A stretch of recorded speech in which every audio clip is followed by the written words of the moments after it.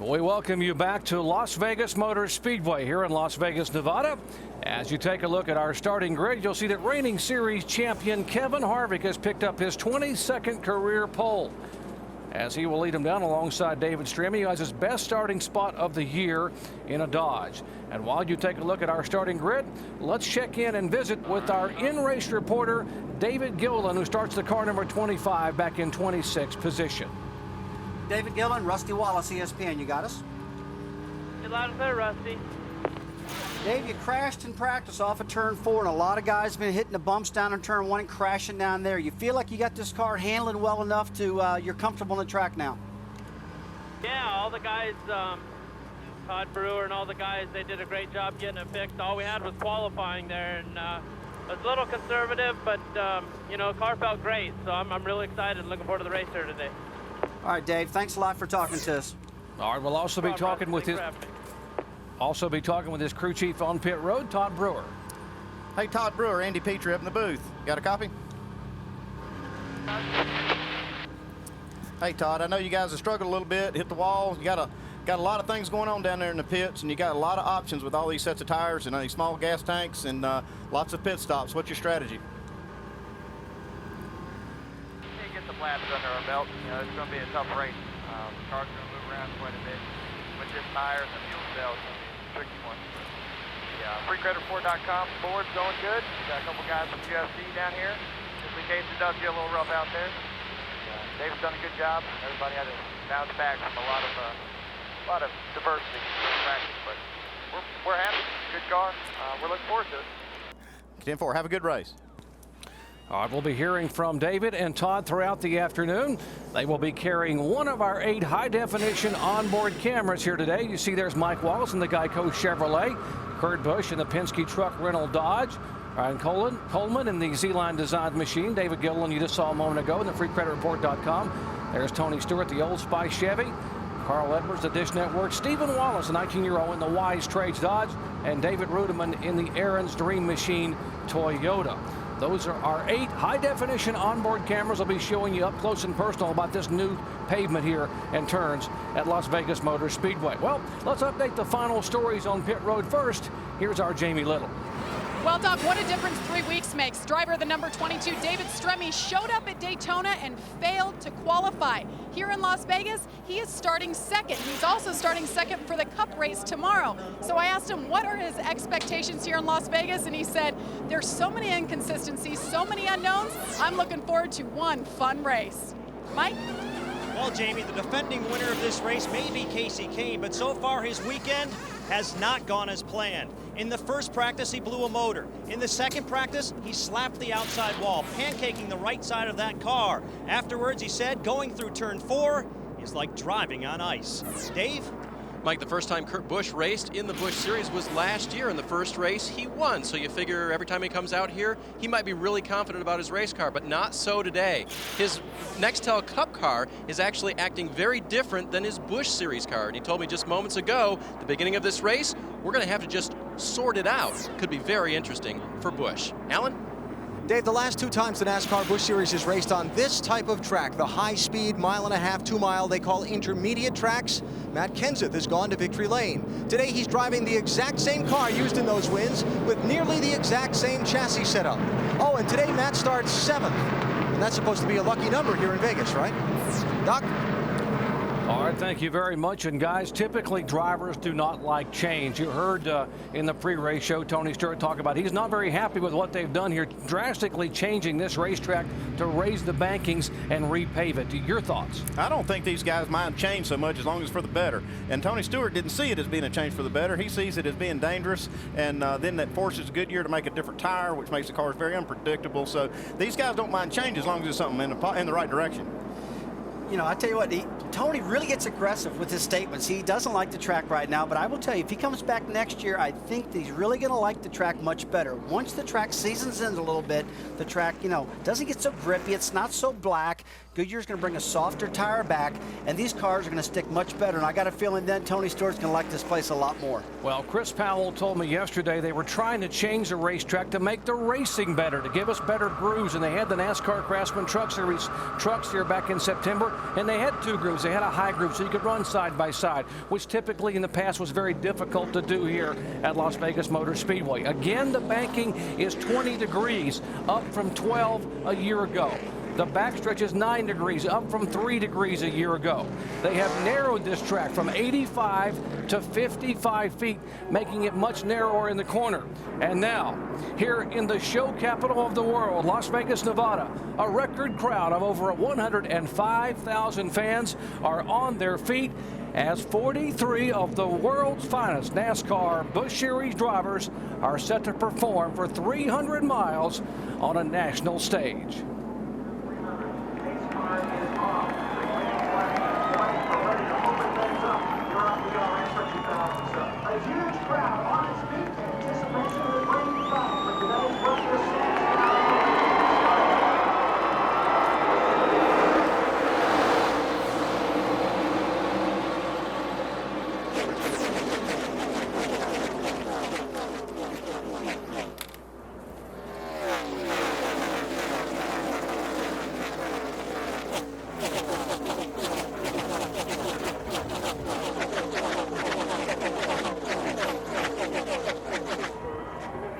They sail by at 185 plus miles an hour. Here is the critical exit of turn 4, lap 1. Now the bump everyone's talking about is entering turn 1. Will everyone get across the ripple as Harvick leads him down?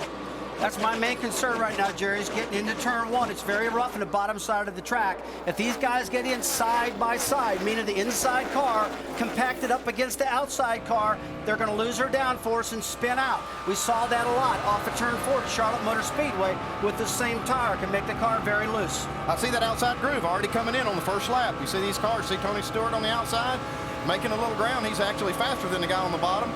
We watched practice this morning in the NASCAR Cup Series. Those guys had two grooves going right away. They can race all over this place, Andy. You see Kyle Busch on the apron right now, back up on top of the racetrack. Turn 1 they're entering right now. This is where they're complaining about the track being so rough. Harvick going by, David Stremme in second spot, 2 cars, and we've seen more side-by-side racing already than we've seen in years past here at Las Vegas. Look at Tony Stewart on the inside in the 33 car. First on the outside, then on the inside. He powers up under Regan Smith. And there, we saw Kyle Busch go below the white line. We don't have that rule here at Las Vegas like we do at Daytona, where these guys can't improve their position. They can go below that line anywhere on the racetrack. And Andy, they said earlier this racetrack is one banking angle, it's 20 degrees. I've talked to several drivers who went down and actually measured the corners, and this track does have some compound banking into it. I mean, it's a little flatter on the bottom than it does up top. I don't know if that was by design or what happened. Hey, we just got to change for second place. Kyle Busch, or Kurt Busch, just moved into second place in the Penske truck leasing car. This is his hometown. He wants to win this thing. Well, when you saw David Stremme have a little bit of a bobble, a wiggle there as the 12 car of Kurt Busch makes the pass for second spot. Kurt's first start in the NASCAR Busch Series this year. In trouble out of turn 4, the 85 car slams the outside wall heavily with the driver's side and comes to rest across in the grass. And just that quickly at lap number 4, we have caution on the racetrack. Brett Lowe. He was lucky enough to catch part of that safer barrier on the front straightaway. As they come off turn 4, there's no barrier, no safer barrier, and then as you get in the tri-oval, there is, and he was lucky enough to catch that safer barrier. I tell you guys, that was a hard left-hand impact. I saw him moving around the car a little bit, the window nuts down. That is a great sign because he hit driver's side first awful hard. Brett Road there with the safety crews getting to him. A hard impact coming out of turn 4. He just loses it off of turn 4, loses that grip. He was all by himself, and that's what they're concerned about. These tires are so hard. The track was so new. We predicted earlier where we're going to see a lot of caution flags. You know, I hope it stops, but that is the biggest problem. The car's just running and just losing grip. Yeah, and I just saw that replay where he actually did not hit the safer barrier. He hit the hard concrete wall just before the safer barrier. So that was a hard lick. You know, there's a lot of guys, when they were building these racetracks, I really think as fast as they're running, they should bring that softer wall around the corner a little bit farther, because when they spin off of turn 4, a lot of times, like I'm seeing at this racetrack, they actually get in the wall farther past it. So, you know, sometimes you got to run a race at a brand new racetrack to figure out what you need to do. and I really think they need to bring that soft wall a little farther. That's good news seeing them get out of that car. That was a scary crash. Yeah, it shows you how safe these cars are with the Hans devices and the safer barriers. Brett Rowe walks away. We are under yellow for the first time this afternoon in the early laps here at Las Vegas Motor Speedway. Stay with us.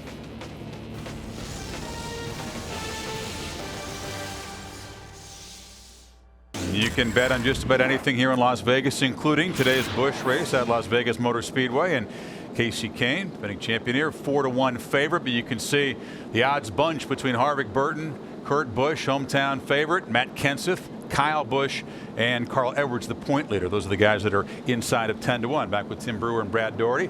You guys predicted there might be some cautions early in tire runs, and there's Brett Rowe putting his Chevy into the wall outside of turn 4. Where we heard Kasey Kahne say in the pre-show it's like driving on ice coming out of that turn. Pretty much. Well, it's very slick out there, but the interesting thing now with your 9 sets of tires, we talked about tire management, Tim. What does this do as far as the crew chief's concerned? What does this do to your management of your tires going forward? Hey, we're getting a deal right now. Caution flags are your friend. Anytime you get a chance to go out and qualify on sticker tires, that's great. But in this application, it gives them a chance to cool back down. So that's one more heat cycle on the tires. Therefore, your pit window might be extended somewhat. With this caution flag out here, you might make it to that 35, 36 lap deal. But right now, the driver's sitting there feeding that crew chief some information about, hey, man, it's not as bad as what we thought it was, and we can adjust this chassis a little bit and make this thing come to us a little bit better. See a few drivers just that you got to be cautious, and then Tony Stewart's driving all over the place. And never listen to what these guys say pre-race. Ever. I mean, that second groove came in real quick. Yeah, real quick for Tony. Jerry, back to you guys. All right, there are the remains of the 85 car. Brett Rowe making his first ever NASCAR Busch Series start. He's an ARCA driver from West Virginia, out of the Midwestern ARCA ranks, where many NASCAR Busch Series drivers have come to run full-time in the NASCAR Busch Series. We are under yellow here for the first time of the afternoon, the first of what could be many if predictions are indeed accurate. 8 laps are complete, back with a restart at Las Vegas Motor Speedway in just a moment. All right, back at Las Vegas Motor Speedway. Let's look at the top 5. After 10 laps, we've only had 4 green flag laps. The other 6 have been run under yellow. In the spin and violent impact of Brett Rowe up in turn 4, the 85 car, he's walked away okay thanks to NASCAR's safety restraints there. And a moment ago, we were able to listen in a little bit with the driver of the 90 car, Stephen Like, talking to his team about the racetrack conditions. One of those days where you'd be a lot faster if you're just a little snug and loose, because these tires are so hard. When you're loose, there's just no warning, you know. Yeah, 10-4. Thought that's about where we were, you know, based off yesterday. But track's a lot harder now.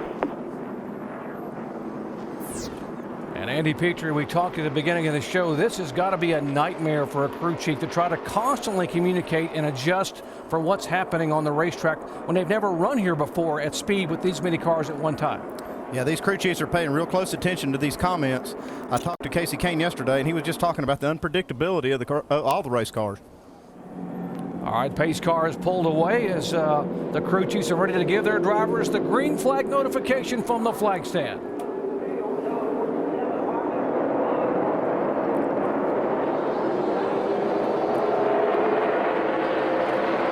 Challenge for third spot very quickly entering turn 1 as the 29 car of Jeff Burton goes to the high side of David Stremme. Yeah, Jeff Burton got a really good restart on the outside. He did anything illegal. He did it passed on the outside, went down into turn 1, where there appears to be 2 grooves already. Going into turn 3, Jeff still got a good run on the top side of David Stremme, and a lot of confidence up there in that second groove. Yeah, Chris Powell's got to be pretty happy with this right here. We heard Tony Stewart very critical of the racetrack, but right off the bat, these guys running too wide. As you watch this pack, you see the 17 car. That is the effort of Matt Kenseth, and he now is showing some strength. Kenseth back in the 5th position. There's the 17 behind the 22. Kenseth who swept both events at California in the NASCAR Busch Series and Nextel Cup. Kenseth goes underneath Stremme. And that's where they got to be careful, Jerry. Oh, I just started to say, you got to really be worried about that. Behind you, got 3 in the wall. And come on, get on, guys. The cars are flying down pit road right now. The 41 car to 66 of Stephen Wallace. Pretty bad here, Drew. Denny Hamlin, they got slowed down. Guys, I just got ready to say you got to be careful off of 4 with the aero loose, Andy. If you get too close to your car, you can lose that downforce and slide up. And a veteran did that, Matt Kenseth. Well, I saw that coming. David Stremme didn't give Matt Kenseth any extra room going in that corner. He had him hugged down on the bottom so tight that he didn't have any room to work. When his car got a little bit loose underneath him, he didn't have any room to catch it. Well, one thing we need to remember, this tire is the same tire that ran at Charlotte Motor Speedway, and they freshly repaved that racetrack. The characteristics seem to be the very same. Off of turn 4, if they get locked down real tight, where they don't have enough room to maneuver and get away from that car, they spin. Now, they've been doing that here in turn 4. They've been doing it down in turn 1. If I was a crew chief, I'd be saying, be careful right there. What I'm going to tell my crew chief right now is give and take, guys. All right, let's show you again. We were watching the 17 car. He just breaks free, and right behind him is the 2 of Clint Boyer. You see a lot of guys hitting down pit road right now. It's the right way to do it. They avoid that. They slow down. They've slowed down right now. There's no penalty. They can go back up in the racetrack. Here's a 24 Casey Mears spinning. The other cars coming into your picture as you see the 17 spin down in the grass. The 15 of Paul Menard, the yellow car middle of your screen. He's involved. The 16, watch again at turn 4. Watch the 17 car slide, and right behind him the 2 car goes with him. Yeah, they're just trying to, Clint Boyer was just trying to avoid the wreck, and he ended up getting caught up in it. On board the Wise Trade roof camera for Steve Wallace.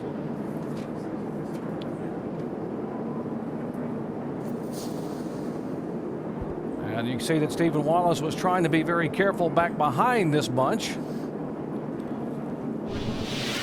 as the repairs are what's left. That was a brand new car for Casey Mears at California, and he had a phenomenal finish. Finished second, had a shot at winning that race. The National Guard car that is certainly paying tribute to the 41st Infantry Brigade out of Oregon. They do that every week, paying tribute to some part of the National Guard, and they thought they were going to have a car to contend with today. Yeah, I just talked to Chad Walters in the garage this morning, and this is the very thing he was worried about. He told me, he says, look, we got a great car. We had the same car we ran in California. But he says, man, I'm really worried about what's going to happen out there today, and we can see why. All right, here again, Steve Wallace. Now watch ahead of Steve. Front of you. Go low, go low, go low. There you go.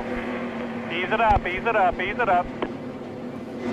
Spotter's doing a really good job with Steven, slowing him down. Steve did a great job getting off the racetrack down pit road in that Wise Trade car. That was just an incredible move. Because I'll tell you, the NASCAR will tell you in the drivers' meetings, guys, if you got to go to pit road, do it, but slow down. A lot of these guys, including Steven, have been in that position before and sped down pit road and got penalties for doing that. Here is the first pit stops of the day. Many of these guys, Andy, taking fuel only. A couple are taking tires. Well, they're going to have to take advantage of this caution to get some fuel in that car to extend the range out so they can make the full run. A lot of guys, I mean, I don't see very many tire changes among the top guys, and most of them just getting 2 that are changing tire. Danny Hamlin changing tires. So did Paul Menard, Carl Edwards. And here is the 6 car of David Reagan on pit road as we check in the pits where Dave is caught up with Matt Kenseth. Yeah, Matt rolled his car back in here, Jerry, done for the day with the automobile. Are you okay? Yeah, I'm fine. Just, you know, the cars were real loose. It was pretty treacherous on this tire, and I thought I was okay. I thought I lifted early to get in underneath Stremme there, and he was so close to my door, it just took the air off my car, and I couldn't control it all, and I thought I had it straightened out and just was going to get back to the gas, and he went by me so fast it just sucked my car around. So there's just not much traction on these tires when you take the air off the car. Besides the tire, they're hard to hang on to. So it's just my mistake. I should have known better and put myself in that position, and we're done for the day. Very tough end of the day for Matt, a former winner here in the Cup Series. And guys, we talked about the unpredictability of this place. Tough to drive these race cars today. You know, in the NASCAR Busch Series meeting this morning, the officials were going to remind the drivers be careful about the loss of side bite in the corner when you're running side by side because of the new tire and the new pavement and the unpredictability. What are they really talking about, which was what we just saw a moment ago? They need just a little bit of room to work. If they can get the cars to spread out just a little bit, just another foot or 2 between these cars, makes them more stable. That's what Matt was saying. I noticed when they went in that corner, they were really close together, and I saw some problems developing there. And Matt said he was just so close that he thought he was okay, but then all of a sudden he wasn't. The air just hits the sides of these cars funny and there's all kinds of aero loose. We hear that all the time. This was the side-by-side version of aero loose. Cars getting inside of another, one up high, and suddenly you don't have a lot of grip. And you saw what happened to Matt Kenseth. Tony Stewart started in the back of the pack, dodged this wreck, and is on his way to the front. We'll find out if he can get there when we come back in a moment. You're watching ESPN on ABC. NASCAR Busch Series racing here at Las Vegas. We are under caution for the second time. This one coming out on lap 13 for troubles again in turn 4. As the 17 car Matt Kenseth gets close to the 20 car David Stremme, he has to pull back down. He loses his aerodynamic downforce. The 2 car of Clint Bowyer's right on his tail, causes the car to spin out. It's almost like a perfect storm where you have 2 cars running side by side and then you have another car stuffed right up under your back bumper. All right, this is a classic example of aero loose. So our resident crew chief, Andy Petrie, take us through this and show us what you're talking about. Well, as we see this red car, our ESPN car, he's just going along fine, and he's got another car coming up. The green car comes up behind him. As they get close, they start packing that air right behind that other car, the red car. Creates a little bit of lift in the back, makes the rear tires not grip. We see the back end slide out from under him. Then the green car just motors on by. Now, Andy, that's a classic case of aero loose. The loosest we're seeing around here, though, another version of that, is when the inside car goes alongside the outside car. He gets so close that the air can't pass down between the cars. The inside car gets loose also and spins out. Now, look, that's what we're going to see a lot of going into turn 1, turn 3, and off of turn 4 here. These cars very sensitive to the changes here for this first time on the new racetrack. As we check in down in the pits with Dave Burns. And Clint Boyer, who was caught up in this mess. Clint, talk to us about how difficult this track is to race today. I mean, I'm afraid that's just going to be a product of this track and this tire. But, you know, you're just going fast out there, and, you know, I'm surprised. I wish I had an in-car camera. I'm surprised he held on to it that long. You know, it's just, you got to be able to pass. You got to be able to get under the people and pass them. And as we saw right there, as I had bird's eye view of it, I mean, he's, like I say, I'm surprised he held on to it that long. But the BB&T Chevrolet, I just hate it for these guys. Car was really good, and we were just kind of riding, being patient, and unfortunately, some others weren't. Clint running a partial schedule this year. Too bad he's out early, Chris. All right, thanks to early cautions. Boyer, along with Mears and Kenseth, taken out in that incident. Earlier, it was Brett Rowe. Now let's talk strategy, Mr. Brewer. You guys both said it's about track position, track position, track position. That versus pitting right now. Well, Andy, he might have a different opinion, but you know the leaders, they came in and they just dumped fuel in the car, which I thought that was a pretty good deal. But the 20 car, he elected to put some tires on the car, and you know maybe he had a chassis problem, wanted to tighten the thing up or free it up, whatever he wanted to do with it. But right now it's kind of early for me to be getting on new tires. Yeah, and a lot of guys, like I say, did not take tires. They just took fuel because they're trying to advance their positions, and it's scary because these guys are competitive. They want to go racing. And when they get on this racetrack and it's a little slick and it's a little sketchy, they just don't have any idea which way to go. So right now there's a lot of uncertainty, and you're going to see a lot more of those cautions. It's only lap 19 out of 200. We'll have to see if these drivers can learn from what's happened both times out of turn 4, or if we're going to see a lot more of this. It's going to be a long day, guys. A lot more of this is the verdict down here. Jerry? All right, thank you, Chris. And they have warned, by the way, the veterans about their 2 rookie drivers running 2nd and 3rd. That is Juan Pablo Montoya and Justin Dirks. Green. The top 3 cars did not pit, so J.J. Yaley will lead Montoya and Dirks down into turn 1 here on lap 20.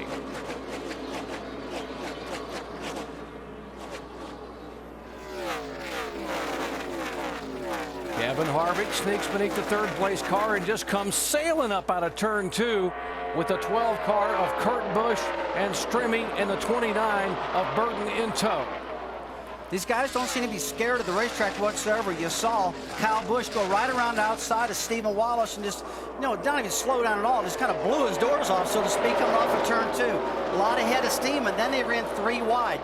Kurt Busch, Las Vegas veteran, very good at this racetrack, and his car's been good in practice, guys. We just see that Kurt Busch's car wiggle a little bit getting into turn 1. We see some of that aero loose going on right there. Jeff Burton was right up behind him, and you can see it back in the Kurt Busch car just dancing around and moved him up in that upper groove. Now, Andy, let's take a look at the 29 car Jeff Burton. You see Kurt Busch is staying away from him. They got that column of air coming down the side of the car. But if they went in the corner side by side, I'll tell you what, that'll turn some cars loose. It takes give and take out here. These guys got to give a little bit, make sure they give each other enough room to race, because if the guy under them gets loose, they're going to get crashed themselves. So they have to play defense. All right, Kevin Harvick, the 2nd car on your screen now, is pulled up to the rear deck of J.J. Yaley. Again, Yaley did not pit. Harvick in the 21, and the next 5 to 7 cars all have been on pit road, and he is getting ready to inhale Yaley coming out of the turn as you ride along with the Penske on board for Kurt Busch. We're going to see this all day long. We're going to see different pit strategies, guys staying out on the racetrack, guys getting gas, guys getting 2. So it's going to jumble this field all day long. We're going to see this all day. These cars are running extremely high air pressures in these tires. Pressure so high, almost like qualifying pressures, what teams normally do. This is a new design tire, which requires much more air pressure to stay competitive. You're talking 62 pounds as a minimum right front air pressure, guys. That is awful, awful high. Incredible air pressure in the right front to keep these cars up. And again, Goodyear is using a tire from Lowe's Motor Speedway from Charlotte on the right side. They have built a special tire for the left just to handle the pavement and all the loads these teams are feeling with the cars. Yeah, these loads are extremely high on this high-speed racetrack, and NASCAR has mandated, Goodyear's actually suggested. Here's trouble for last week's winner, Juan Pablo Montoya. Mike Well, Massaro? Jerry, we heard Juan Pablo Montoya say at the top of the show he now wants to win on an oval. Well, looks like the chances of that happening today are very slim. A tire problem for Juan Pablo Montoya. He's been battling an ill-handling race car most of the afternoon. He pitted early about 10 laps ago because the car was really loose. They added 3 pounds of pressure to the left side, took the rubber out of the right rear. This time, though, they're really tight. They think they might have a fender pushed in right now, and they're trying to solve that problem. 4 tire change for Juan Pablo Montoya. The car just not where he wants it to be right now. Montoya, who became the first Hispanic driver to win a NASCAR Busch Series on pit road, while they are mixing it up on the racetrack. Harvick is the leader. The 29 is Burton. The 12 of Kurt Busch. Heating up front. I like this racy racetrack. You've got 2 grooves, 2 distinct grooves we can see right here, with Kevin Harvick working the top groove, Jeff Burton working the bottom. And Rusty, Jeff Burton in the 29 car has won twice at this racetrack in a Busch car, twice in a Cup car. What is it about some drivers and certain racetracks? These are veterans, Jerry. They have a lot of confidence in your car, but look at the 29s wiggling the back of that car all through the corner. He's extremely loose. He's running that second lane in turn 3 and 4. He's getting a lot ahead of steam. I was watching him in turn 1 now, all the way up to the top of the racetrack, working the back bumper of Kevin Harvick, trying to get that big run off the corner. But as doing that, he's getting his car very loose in that situation. Jeff Burton's had a lot of success in Las Vegas, but this is a brand new racetrack. He's never won a race on this racetrack. It's totally brand new. He takes the lead from Kevin Harvick off turn 4. His car looks really good here. It's handling great. This is the car, the 29 car, by the way, that led so many laps at California in the second race of the year, only to fade late. Jeff Burton says, we had the best car to beat. We're going to show people at Las Vegas. Look at the 10 car here. That is Dave Blaney in the Toyota beginning to make a move as we check in with Dave.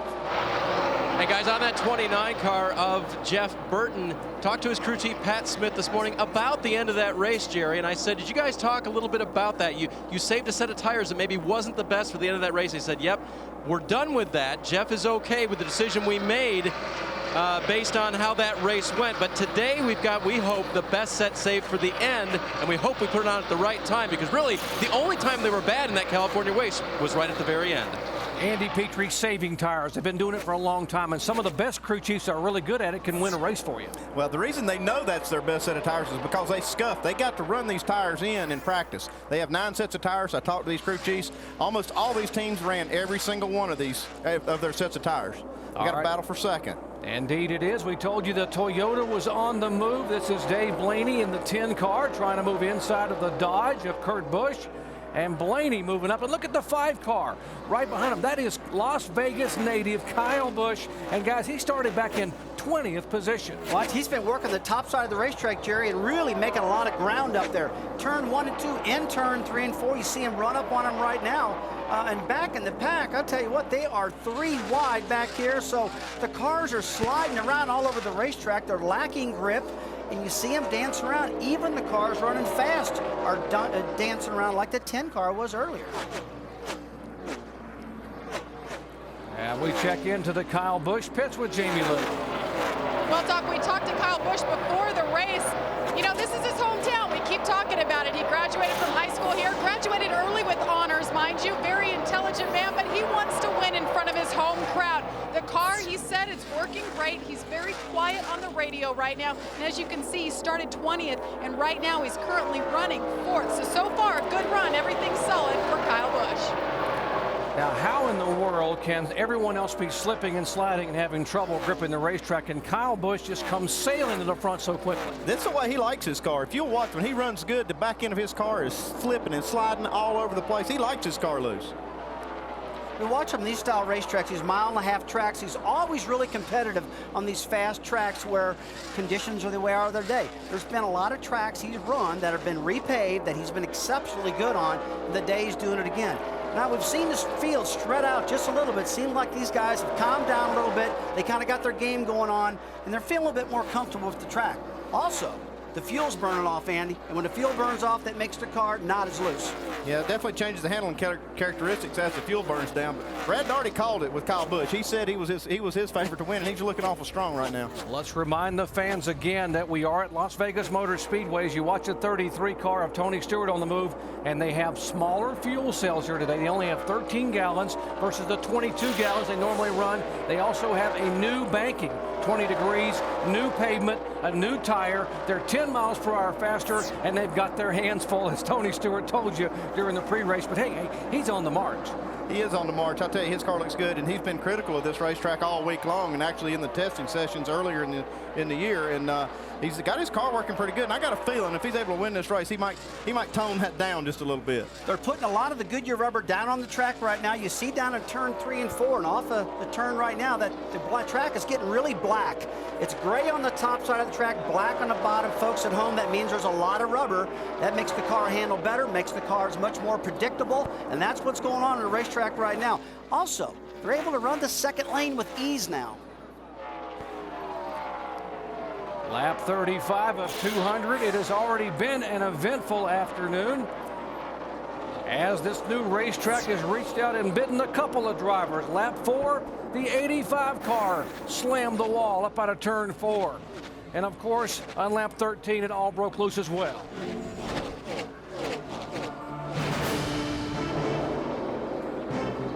All right, thank you very much, Brent. We have a new leader here. It is Kyle Busch, the Las Vegas native, all the way from 20 starting spot. He has sailed toward the front. Now, we'll show you just what happened a moment ago as he was able to reel in the 29 of Jeff Burton.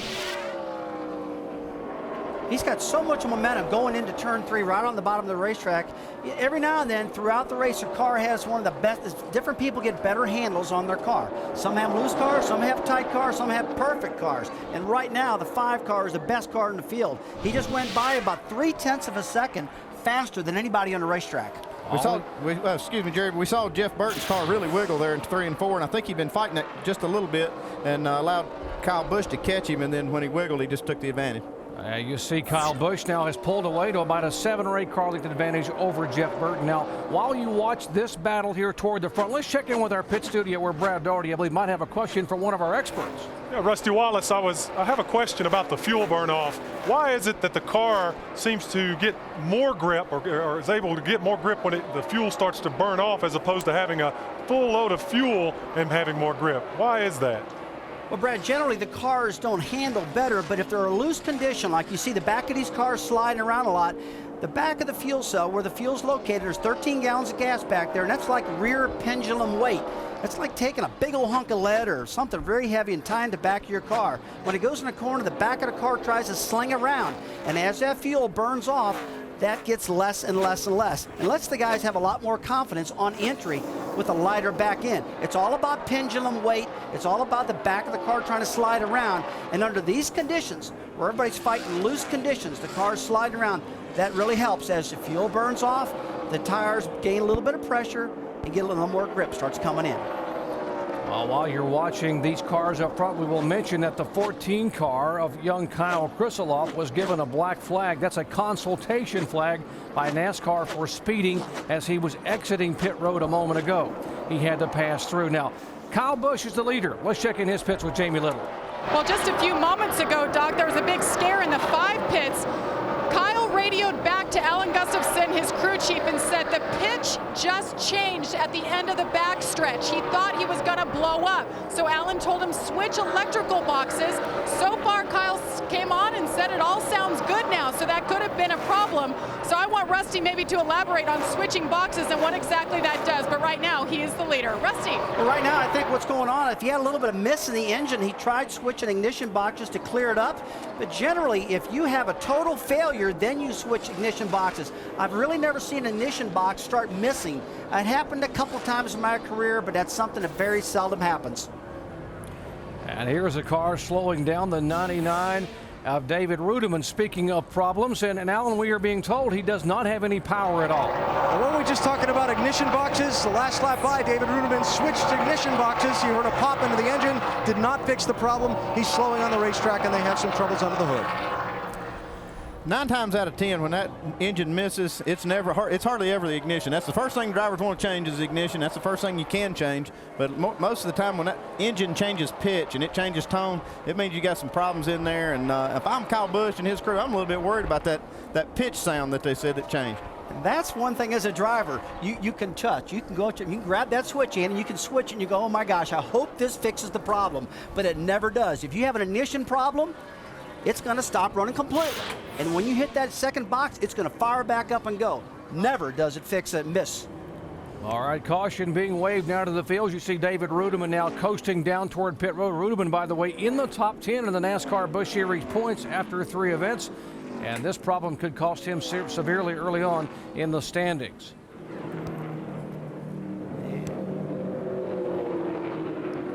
As we will have the 3rd caution flag of the day here in lap 50. As we ride along with David Rudiman, and the car apparently was running fine and then just sort of missed, sputtered, and shut off. Let's listen in.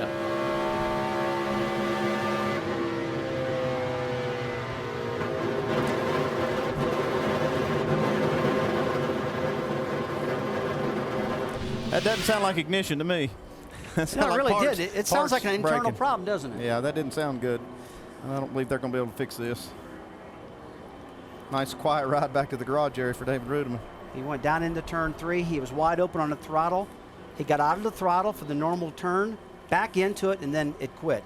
It sounded like, gosh, I've seen rotor buttons and distributors back when I used to have those break, but this did sound internal.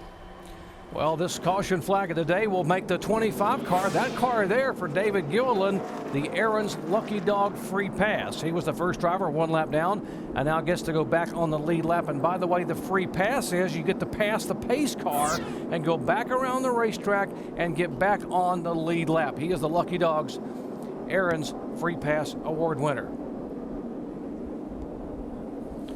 Well, under caution now here on lap number 50. The leaders will peel off and head down pit road. Let's head down to Alan Bestwood. Nice track position play by J.J. Yaley's team. Stayed out under the last caution, moved himself from 36th starting spot up to the lead, only faded to 10th here. They catch the nice break on the yellow, getting back in pit sequence with everybody else. 4-tire change and an adjustment. Dave? Jeff Burton is in. He said, we have lost our turn, the ability for his car to make the turns as well as they were at the start of the race. Air pressure out of the right front to help that. Jamie. Kyle Busch, the leader, coming in. 4-tire stop in full fuel. No adjustments on the 5 car. Mike. Kevin Harvick coming in 6th. He said the front tires are chattering a little bit tight. Needs a little bit rear grip off, but tight in the center. 4 tires for Kevin Harvick.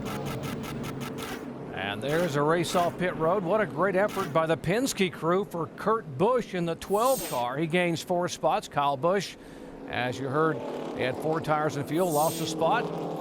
And there's the times in the race off pit road. We are under caution here at Las Vegas Motor Speedway for the 3rd time a day as the cars race off pit road. We'll be back after these messages and a word from our ABC stations. We welcome you back to the Sam's Town 300 at Las Vegas Motor Speedway, and this is the 99 car of David Rudiman. You just heard from a moment ago as he is in the garage here. Here's the 7 car, the Geico Chevrolet of Mike Wallace, being shown in 29th position. He is the last car on a lead lap, and here is the 29 car of Jeff Burton back in 4th spot. After that major air pressure change to get the car to turn in the corners, he is being shown back and forth as they sail toward the green flag here and the restart on lap 54. Be ready. Be ready. Green flag, green flag.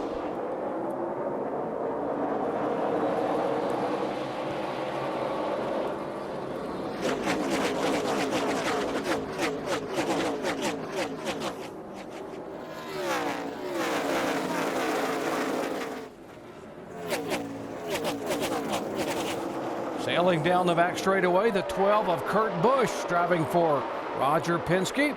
It is the Busch brothers show up front. Kurt Busch in the 12 and Kyle Busch in the 5. Well, this is the point of the race. Early in these runs where these guys got to be really careful. These tires, the pressure isn't up yet.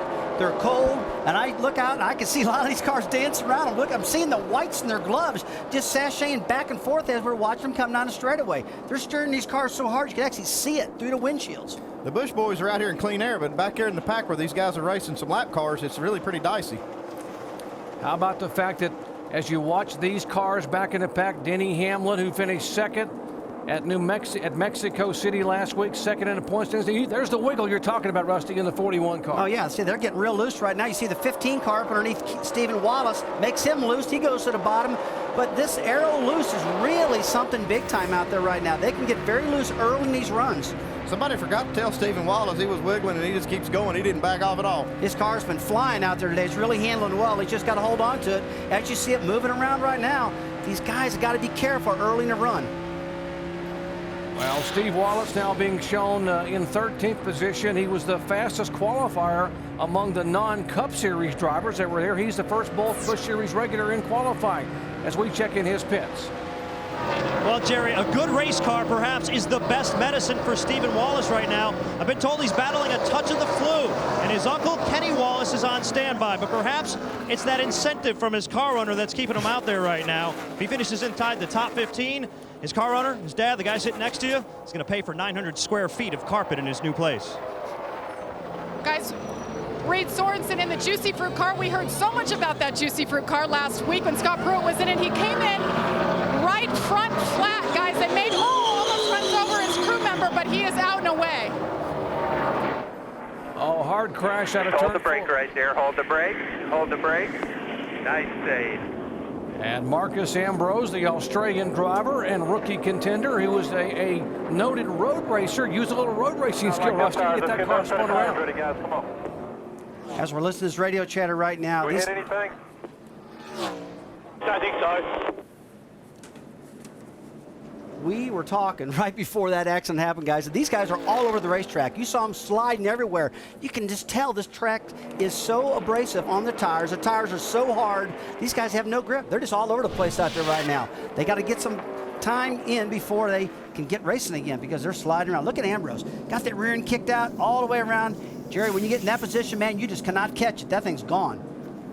He spins the car. You see the roof flaps come up, Rusty, and it's like he nails the throttle. Watch the smoke come off the tires, and what a job. It's sort of... Well, Marcus did a great job holding onto that car right there. Generally, you don't ever spin off a turn 4 and not hit anything, but he didn't touch nothing. I'm sure he was surprised as anybody. A spin that would have made Joey Chitwood proud, the famous thrill show creator. Marcus Ambrose from Tasmania, just south of Australia.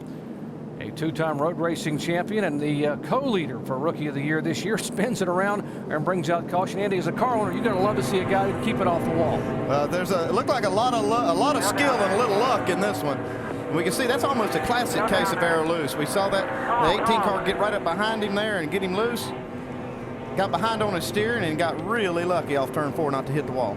It feels, when you watch these cars, it looks like they're just on top of the racetrack sliding around, meaning that if you're a driver, we talk this language all the time. When you drive down into turn 1, the car sits in the ground, it gets a lot of wheel travel, and you really feel the grip of the car. But sometimes you drive in, and it feels like the car just never gets down. It just stands on top of the racetrack and skates along, doesn't travel the wheels as much as it's supposed to, and that's what it looked like happened to Marcus Ambrose. He was on top of that racetrack getting in, it just busted right out from underneath him. Well, you heard Greg Connor, the crew chief, talking to him a moment ago. Let's check in his pits with Jamie Little. Well, Doc, Marcos Ambrose leading the rookie points right now. Basically, he came in, he got some sticker tires, went out and said they were horrible, just totally inconsistent from the other tires they've been running. He spun it out, and as we saw, heck of a save for him. And his crew chief counting him down now. Marcos Ambrose just making his 4th start this year. Hey, Tim Brewer, want to elaborate a little bit? Hey, that 59 car, you know, he's back here in the back and all that dirty air. He spins off coming off that corner. Hey, I've been monitoring those lap times. The 12 car, lap 56, run 31:30. He likes that air out front, Rusty. Got that downforce on those hot tires. Feels awful good. Well, the lap time of 31:30, that's a very fast lap time. As Tim was saying, you fans are generally listening to miles per hour, but like we said earlier in the show, we like talking lap times. So 31:30, that's awful quick around the racetrack. In fact, that's one of the fastest laps on the track right now. All All right, we told you up front it is a battle of the Busch brothers, who basically cut their teeth at a little racetrack just off the corner here, a little 3/8 mile track where they began racing when they were youngsters, as we check in the Kurt Busch pits. And Doc, how important do you think track position was at that little bull ring? Everything, huh? That's a lesson they learned very well, and that's really applying here today at Las Vegas Motor Speedway. A lot of guys told me that before the race. Track position would be important. This 12 team decided to take on 2 right side tires on that pit stop. They did that. They gained 4 positions and the lead on pit road, and Kurt radioed back as soon as this caution came out.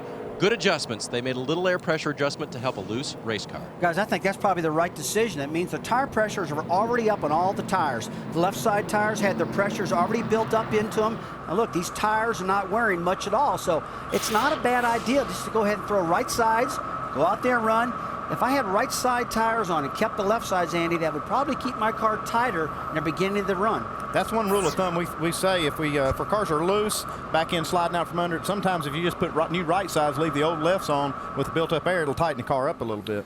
All right, this caution flag will make the 36 car of Brent Sherman the Aaron's Lucky Dog free pass car. He was the first driver a lap down. Now he gets to go back on the lead lap, and there's a look at the Big Lot Chevrolet and how appropriate that Brent Sherman is running pretty well here. He was a former Air Force fighter pilot, and this racetrack is positioned right next to Nellis Air Force Base, where we've been seeing training all afternoon with some of the F-15s, F-16s from the Air Force pilots taking off, and I think they're coming over and watching a little NASCAR racing too while they're at it. Yeah, there they are right next to it, door to us.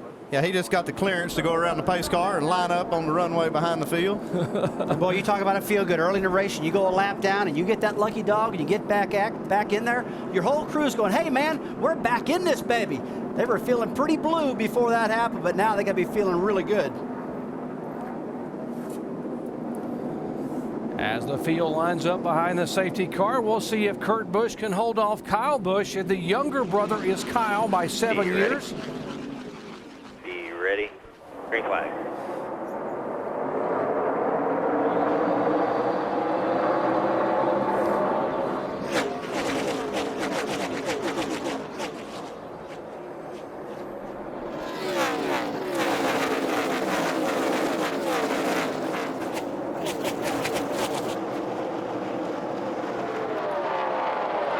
There's Montoya, last week's winner in Mexico City, along with his teammate, the 41 Reed Sorensen. Juan Pablo Montoya, by the way, being shown 3 laps down in 36th position because of a problem and an unscheduled pit stop early on. Now, Jerry, this is what Juan Pablo Montoya wanted.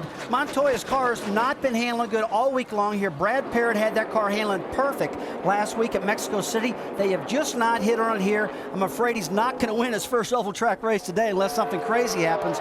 But he is so unhappy with this car. That was Cup car in the race on Sunday. He's very happy with that car. In fact, he was 4th quick in practice. Speaking of the struggles for Montoya, let's check in their pits with Mike. Well, Doc, you know what they say, you're only as good as your next race. Well, after the euphoria of Mexico City, that's dissipated. Trouble on the racetrack. Out of turn 4, oh, heavy one car sliding across and nowhere for Brent Sherman to go as the 18 car, that is the Joe Gibbs car. How bad are we, Terry? Oh, boy, that's an unlucky dog. Got the right rear pretty good. Well, so much what I just said. Hey, he just got the lucky dog. Now he's very unlucky. As you see now, the window net is down. That is the sign that NASCAR asked the drivers, if you are okay, put the window net down. And here is the 18 car of Brad Coleman, the 19-year-old out of Houston, Texas, driving for Joe Gibbs and making only his 4th career start and having a pretty good run here until that car just sort of got away up in turn 4. Well, let's ride along and see what happened to the youngster up in turn 4 as he goes by the 28 car. And suddenly the bobble, and it's up against the wall, thus bringing out yellow for the 5th time today. Record crowd on hand at Las Vegas Motor Speedway. We are under yellow for the 5th time this afternoon as the cars are slowed behind the pace car. Let's visit with our in-race reporter, David Gilliland. Dave Gilliland, Rusty Wallace, ESPN, you got us? Gotcha, Rusty. David, these guys are spinning out all over this racetrack. The cars all look out of control. Which one of these corners is giving you the most problem? Right there, coming off a forward, everybody's kind of wrecking there. It's treacherous. The track just lost a little bit of grip, and our PreCreditReport.com Ford Fusion's a little on the free side already. So, you know, with the track losing grip, it's just we're really trying to get this thing tightened up. We heard Tony Stewart earlier complaining like crazy about the racetrack. What do you think of the track? You think it just needs a year on it? What's your opinion? You know, I don't know. You know, I don't know if this heat, you know, is bringing any of the oils up or what, but yeah, some curing would be nice for it. I think, you know, next year too, when we come back with, if Goodyear brings it back a little bit different tire, that'd help too. All right, Dave, thanks for talking to you, man. All right, there's a look at David Gilliland, the FreeCreditReport.com Ford. It's back in the 28th position. Is his crew now talking to him about having to grip the racetrack. Now, why are we under yellow here for the 5th time of the afternoon? Exactly what he was talking about. The trouble spot is turn 4. You see Brad Coleman get up into turn 4, nobody around him, he just loses it and gets up in the wall. Now, this is the same Brad Coleman we saw last week. Let's take a look at the 36 car. Oh, we just missed it right there in the shot. Here it comes back. Let's take another angle here.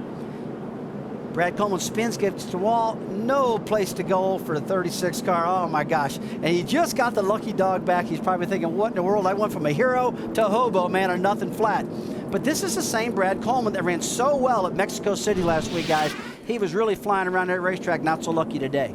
Yeah, the youngster just getting some experience on a very high-speed racetrack here, and very lucky that he didn't get hit in the door. It's just a matter of inches right there that he didn't get hit in the door. There typically are trouble spots at each track for each Saturday or Sunday event, and there's no doubt where it is today here at Las Vegas. Turn 4, 4 of the 5 caution flags have happened in turn 4. As you just heard David Gilliland tell you, Rusty, that is a spot the drivers are concerned about and very tentative. You know, and you wouldn't think they'd have the problem off of turn 4 as much as they're having, because this is a trialable racetrack. They're coming off of turn 4, and they got more breathing room. I would have thought the problem would have been in the bumps going through turn 1 and 2, but they haven't seemed to have a problem right there.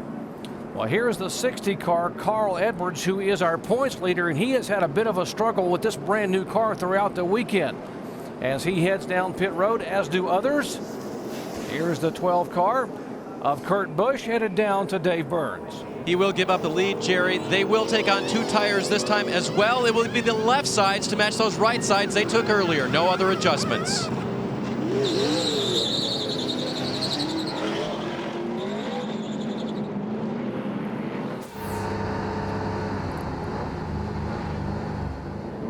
Just a little synopsis of Carl Edwards' day. He says it's loose, slick, and absolutely no grip. That's what he's looking for on the racetrack. He came over the radio a little while ago and said, thank goodness the Busch cars don't drive like the Cup cars.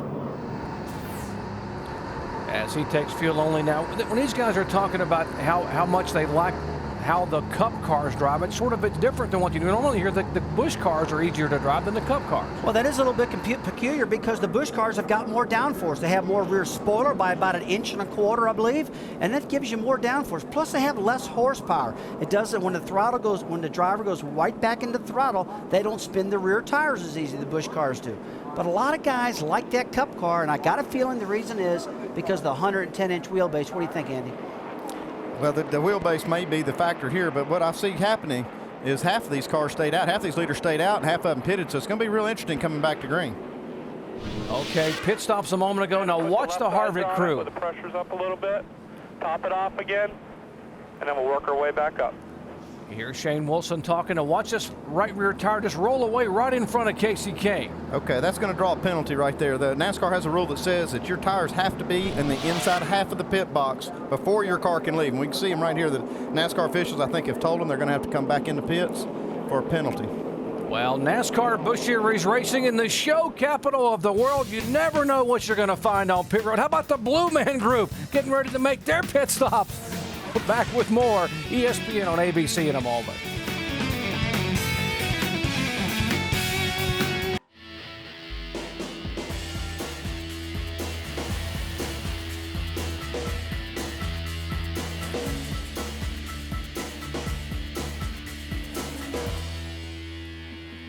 Just 15 miles north of the glitz and glamour that is the world-famous Las Vegas Strip, as the NASCAR Busch Series cars on show today here at Las Vegas Motor Speedway.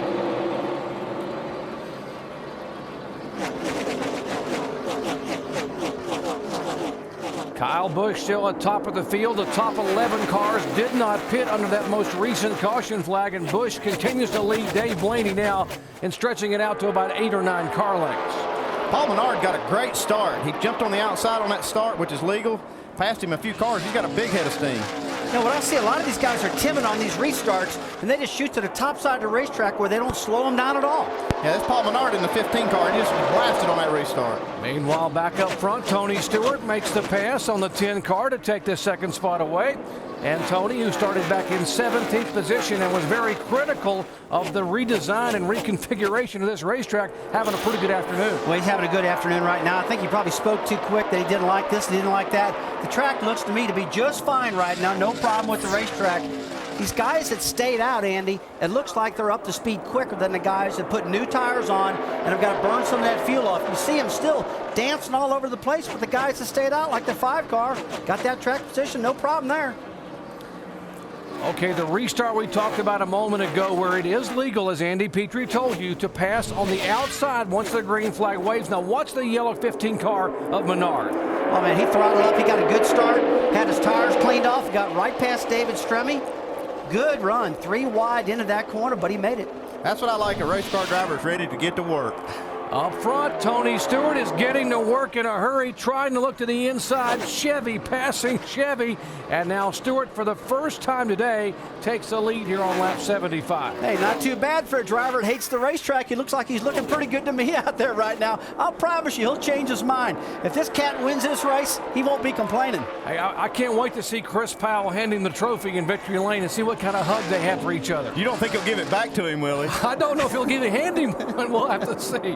All right, Tony Stewart becomes our 8th different leader. We've had 9 lead changes, and we are still 24 laps away from the halfway point.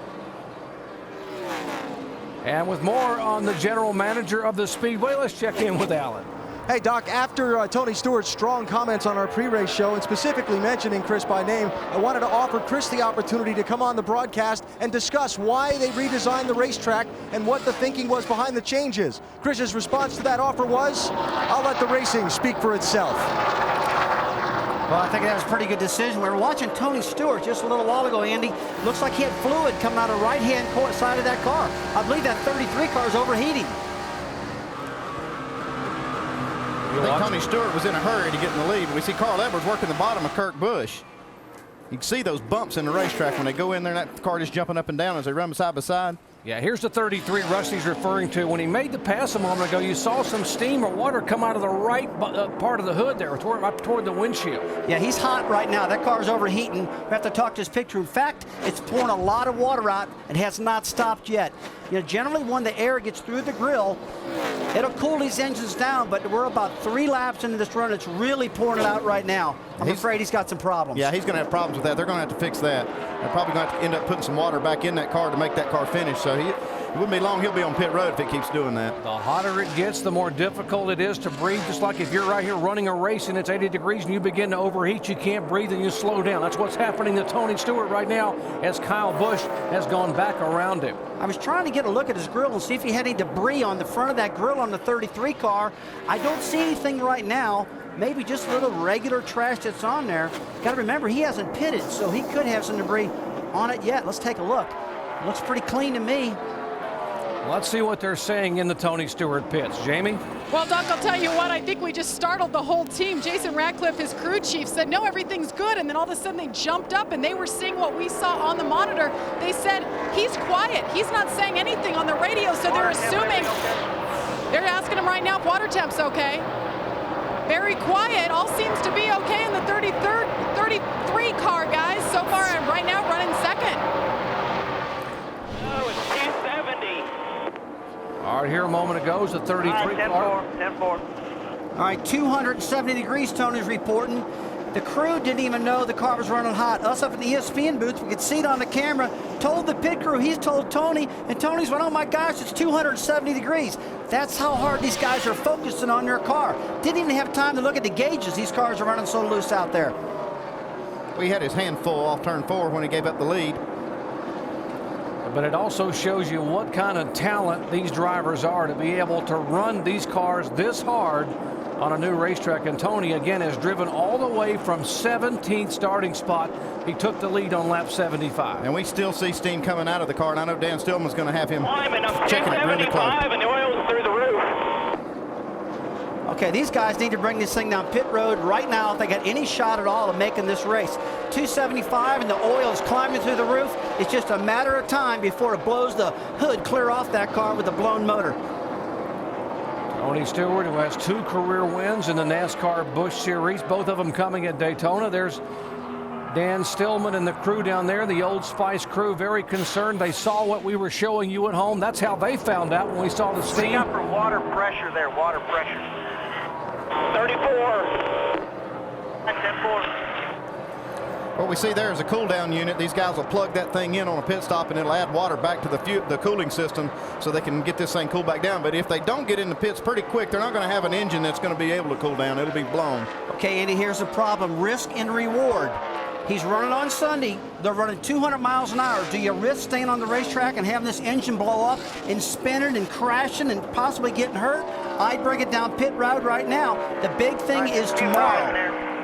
The big thing's tomorrow. That's his money day. Remember, we showed you it was this driver at Las Vegas Motor Speedway last May who was injured in the 33 car when he smacked the wall and fractured his collarbone or his shoulder blade and injured some ribs and had to sit out with a substitute driver a week later.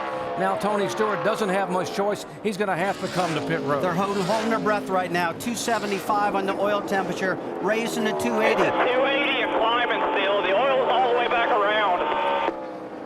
They're just trying to hang on for a caution flag. It's the only chance they have to stay in contention. If they get a caution and get it cooled down, if they come down pit road right now, they're going to lose so many laps that they're not going to be in contention. So they're just going to hold out and see if they get a caution before the engine blows up, and they can get it cooled back down.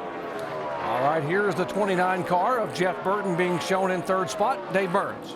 Well, here in Struggleville, Jerry, the 29 car having its own troubles.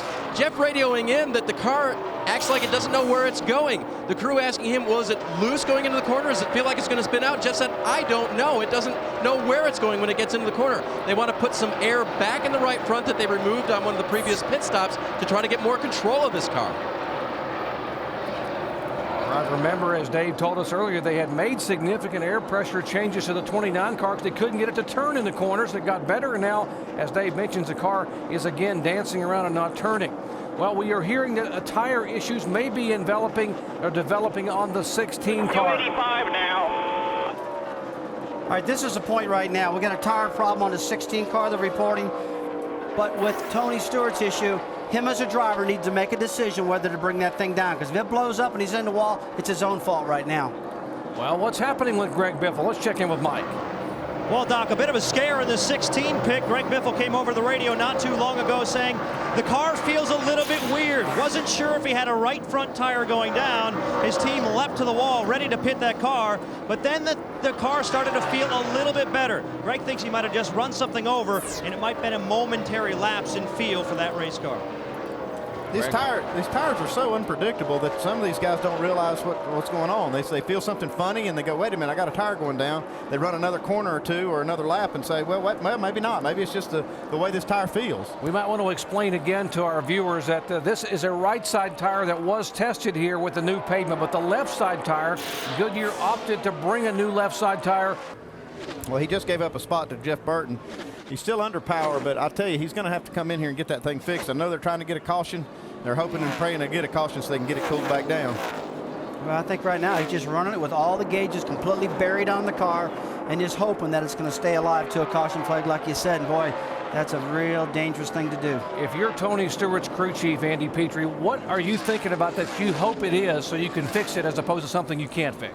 Well, you hope it's maybe just something on the grill or you got a little too much tape and you can get in there and get some water in the system and get it cooled back down, maybe pull a little bit of tape off and get back to racing. But if they have to do it under green, it's just going to cost them too much time to stay in contention. And the only reason they're running this race is to win. They're not here for points. They're just here to win. All right, let's find out exactly what Dan Stillman will do. Jamie Little? Well, Doc, there was a radio miscommunication. Actually, Dan Stillman, the crew chief, couldn't even hear Tony Stewart for the last 6 laps. So Tony's basically talking to our television audience, and his crew chief was out of the loop. But we're going to talk to him right now. Dan, what exactly is going on with the car right now? What do you plan to do? We got to pit in about 6 or 7 laps. We're gonna see if we can see anything wrong with it. But it was running really good. We got the temps went through the roof, so we're gonna have to look at it here shortly. You gambling on getting a caution here and hanging out there until then? Yeah, we would like a caution. All right, guys, that would play into Tony Stewart's favor. All right, Dan Stillman hoping to bring Tony Stewart in 5 or 6 laps. And they are hoping and praying that a yellow flag will fly. We have already had 5 today, but right now we are all green at Las Vegas Motor Speedway.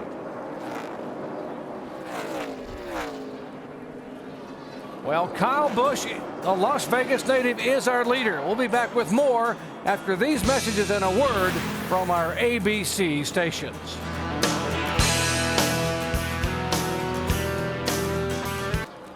Back at Las Vegas Motor Speedway, Tony Stewart in the pits with the Kevin Harvick crew. Dan Stillman and company going to work. Take a look at the water, just steam pouring out of the hood. Right now, Jerry, they have no hope except just to open that hood, cool this thing back down. They're not going to that at all. They're just putting tires in this car and yelling to pull tape off of it.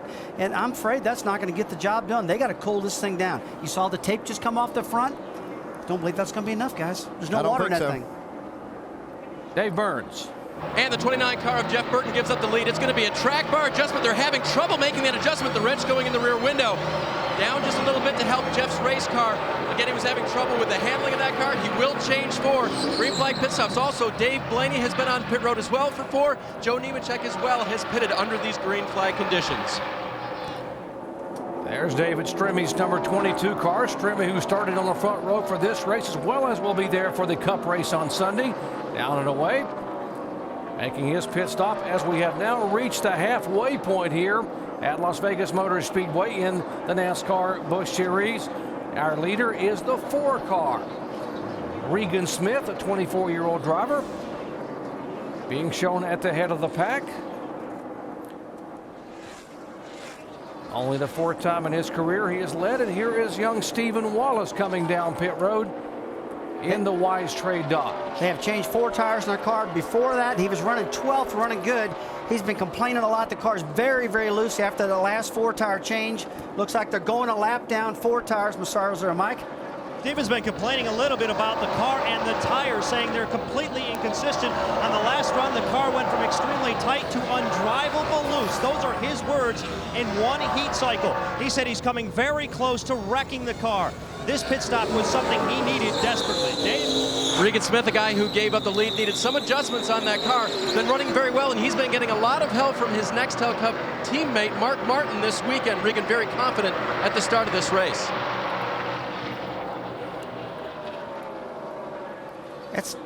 All right, we are being told there may be a violation on the 66. There's the commitment cone.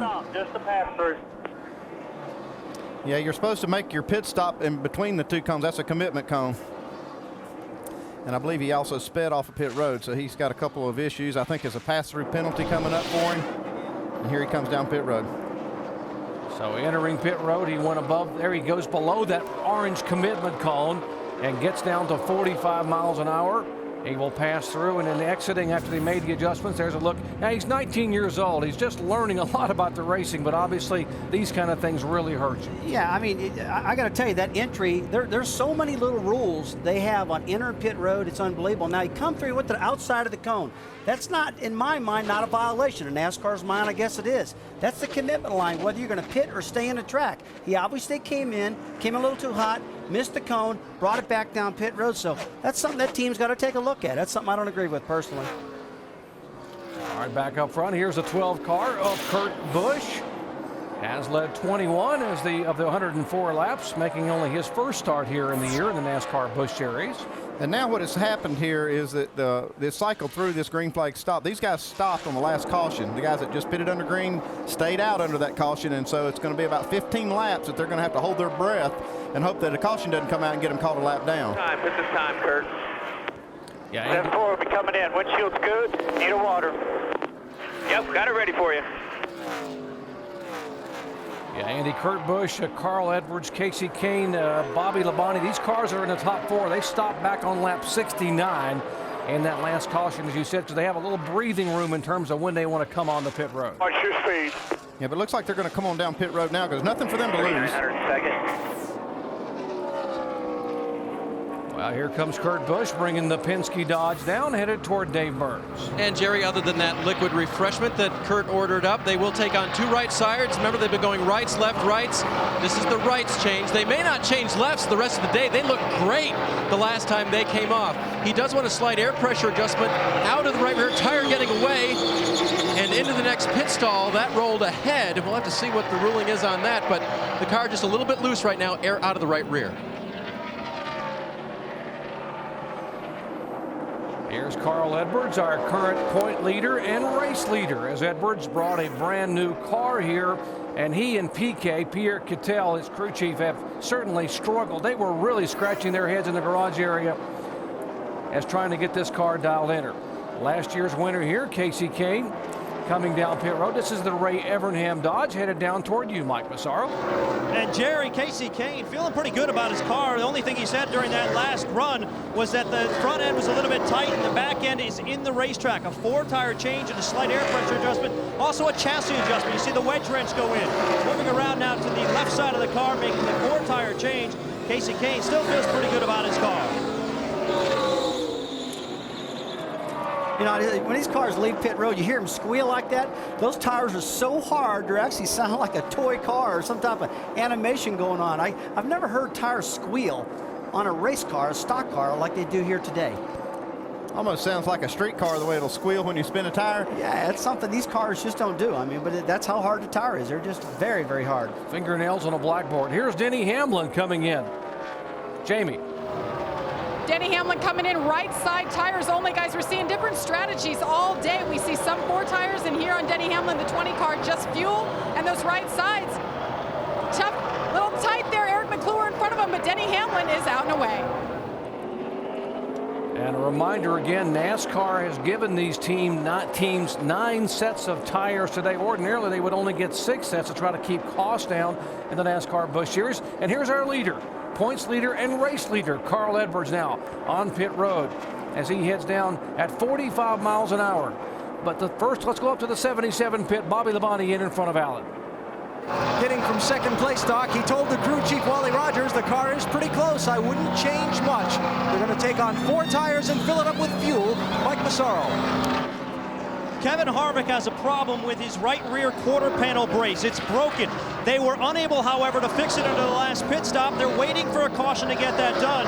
In the meantime, just 4 tires stop, and they pulled out the left front fender on Harvick's car.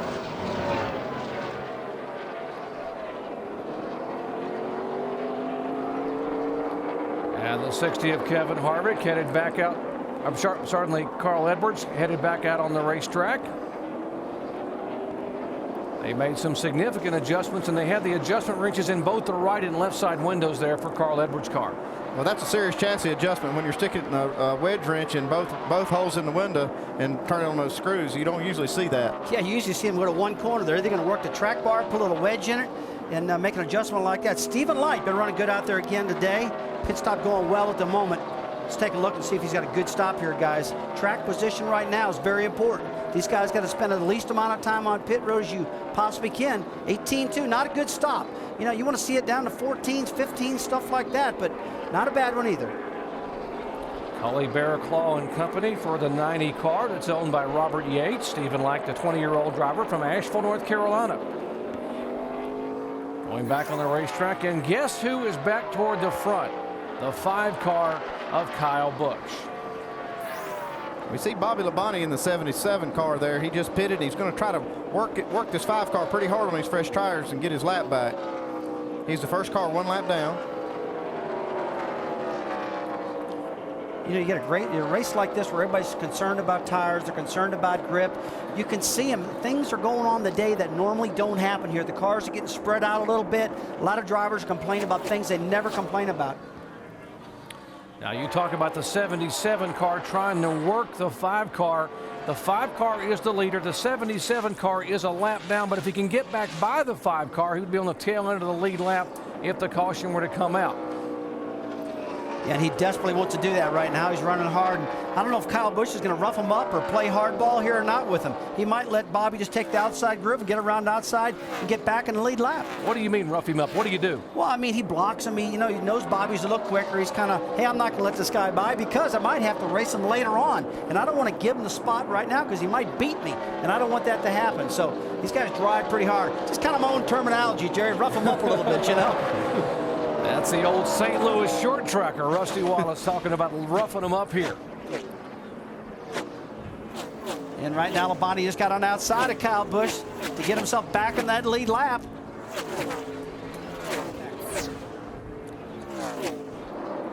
Right now, the 77 just got around Kyle Busch, and he's back on the lead lap right now. Just the thing he's planned, that's working real good. He's got a good handling car. He's up on the outside of that racetrack, entering turn 3, a lot of momentum. Now, Kyle's not going to let him get too far away, that's for sure. Remember, the 5 car pitted on lap 97, but the 77 didn't come in the lap 110, so he has 13 laps, fresher tires. And Andy, as a crew chief and a driver, that does make a difference.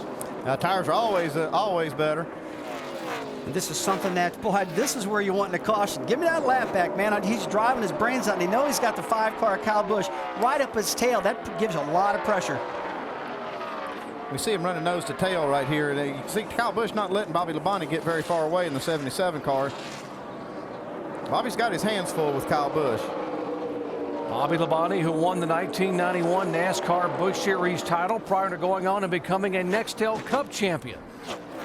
Now trying to hang on, hoping for a yellow flag as he can get back on the lead lap and stay there. We see our draft boost right here. When these cars running nose to tail, these cars affect each other by the air. And we see the downforce of the 77 car being affected by the 5 car. That is caution's out. Caution's out. Hold the brakes right there. Everybody's going above you. Cut a tire. We're listening in to Greg Biffle. Cut a tire. I heard it down the back stretch. That's what I get for trying to move that guy up. Just trying to give the 15 room, you know. We're all done, Eddie. Cut it right rear. Yeah, heavy damage on the right side. Heavy damage on the right side of the Greg Biffle Ford. He has hit a ton. Here's what happened a moment ago. Yeah, you saw the rear end kick out front of the car. The nose went back up, and he tried to get that thing back off and save it a little bit. But, boy, at least he didn't get driver's side first. He got knocked out in practice here when this track was built, and he knows those walls hurt. We heard him Las Vegas. Yeah, we heard him say on the radio that it was his own fault that he moved one of those cars out of the way. Maybe they've had some contact earlier that caused that tire to get cut down. Well, he said he had a right rear go down. I mean, yeah, but he was talking about how he must have got against somebody and cut it down. Let's check in with Mike. Well, Doc, you hit it right on the head. Right rear tire going down on Greg Biffle. He had a premonition something like this might transpire today. On the final lap of happy hour for Cup practice this afternoon, he got extremely loose in about the same place on the racetrack, kept it off the wall, but nearly crashed. That's all he could talk about before pre-race activities occurred today. So he kind of knew, got that wake-up call that something like this could happen today. All right, we are under caution now for the 6th time this afternoon. Heavy impact by the former series champion for the NASCAR Busch Series, as Greg Biffle has had a hard impact. Here is the 5 car. Our leader, Kyle Busch, coming down pit road, 45 miles an hour. Let's head up to the Jeff Burton pits with Dave. And Jerry, just a couple of laps ago, Jeff's car got sideways. He didn't know why. It got loose. He wanted the car, an adjustment made down on the track bar for fresh tires. They may be able to make it on one stop after this, or they're very close on the fuel. Jamie? Well, Kyle Busch in for service right now. His car is too loose. He said they took some wedge out, made an air pressure adjustment, and he's out and away. Here's a 33 car that had such a good run going. Tape off. Pull it out as best you can. A lot of work going on in front of the 33 car. Tony Stewart now has been overheating all day long. I got to tell you guys, I'm surprised this car is still on the racetrack. It got so hot. Generally, these engines blow, and they pulled more tape off yet just now. And the car sits there running like that with no air going through the front of it. Generally, it's going to overheat. These are critical moments right now that this car is not going around with no air going through the grill. Tony Stewart has stayed on the lead lap. You'll be good. And he continues to be a factor here. We are under caution for the 6th time You're watching ESPN on ABC.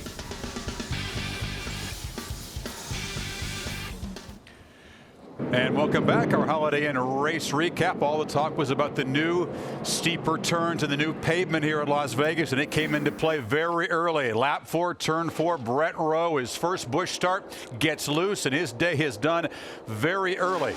After the restart, it was the same. Turn 4, Matt Kenseth loses control of his car, again loose in the back. Collects Clint Boyer. Casey Mears also knocked out. The Busch brothers have been running very strong. Kurt, the older Busch brothers, led 22 laps, and Kyle has been the very strong number 5 car here. Tony Stewart's car has been running very hot. That's been a story we've been following. Other victims claim Brett Coleman and Brent Sherman taken out right there, and Stewart's crew working furiously to try to cool that engine down. And you're just about ready for green flag racing, lap 121 of 200. Let's go back up to Jerry. All right, thank you, Chris. We have 16 cars on the lead lap. Kurt Busch will lead him down. He is the leader in the 12 car. And the 12 car is the 3rd car in line. It's the yellow car just passing by as they sail into turn 1. And Kurt's got a couple cars in front of him, tail end the lead lap right now. He's trying to get around those guys to get some clean air. When they get clean air in the front of these cars, they handle much, much better, and that's where Kurt's trying to get right now with the number 12 car. On the onboard camera, you see the 20 car of Denny Hamlin in front of him. That's the red car. He is trying to stay on the lead lap. He is right in front of the leader. If the 12 passes him, he does go a lap down. We saw a lot of debris coming off the front of Kurt Busch's car. It looks like a windshield tear off right up there on the right-hand side. Let's check in the Kurt Busch pits. Dave? And Jerry, he got the lead on pit road. Oh, and a crash right now. Dave Blaney and Jason Leffler, teammates, Doc. Teammates again. We saw it last week in Mexico City, and now again, teammates this time. Leffler and the 10 car of Blaney, both for Todd Brewer Motorsports. 2 of the Toyotas have heavy damage, bringing out caution again here on lap 123. These cars are tore up big time. Pressure. You're leaking all the water out of it. Those are 2 of the strongest Toyota teams we've seen all day long out there running. Boy, they just wiped them both out. Let's take a look, see what happens here. Oh, it just looks like Dave Blaney loses it on top side of the racetrack. Classic case of that arrow loose again, Andy. Yeah, and he just caught his teammate up in that. There was no contact between them until after Dave Blaney spun. Just unfortunate for this team to have both their cars wrapped up in this. And Leffler has nowhere to go. Man, that is bad luck. Look, I'm telling you, a 38 car, Jason Leffler, back there, minding his own business. His own teammate spins, and he's the next guy in line. When you go back to the shop on Monday morning, they're going to look at these cars and go, man, Todd Brewer's team's going to go, I can't believe this just happened.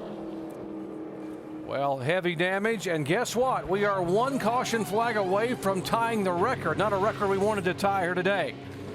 Back with more from Las Vegas after these messages and a word from our ABC stations.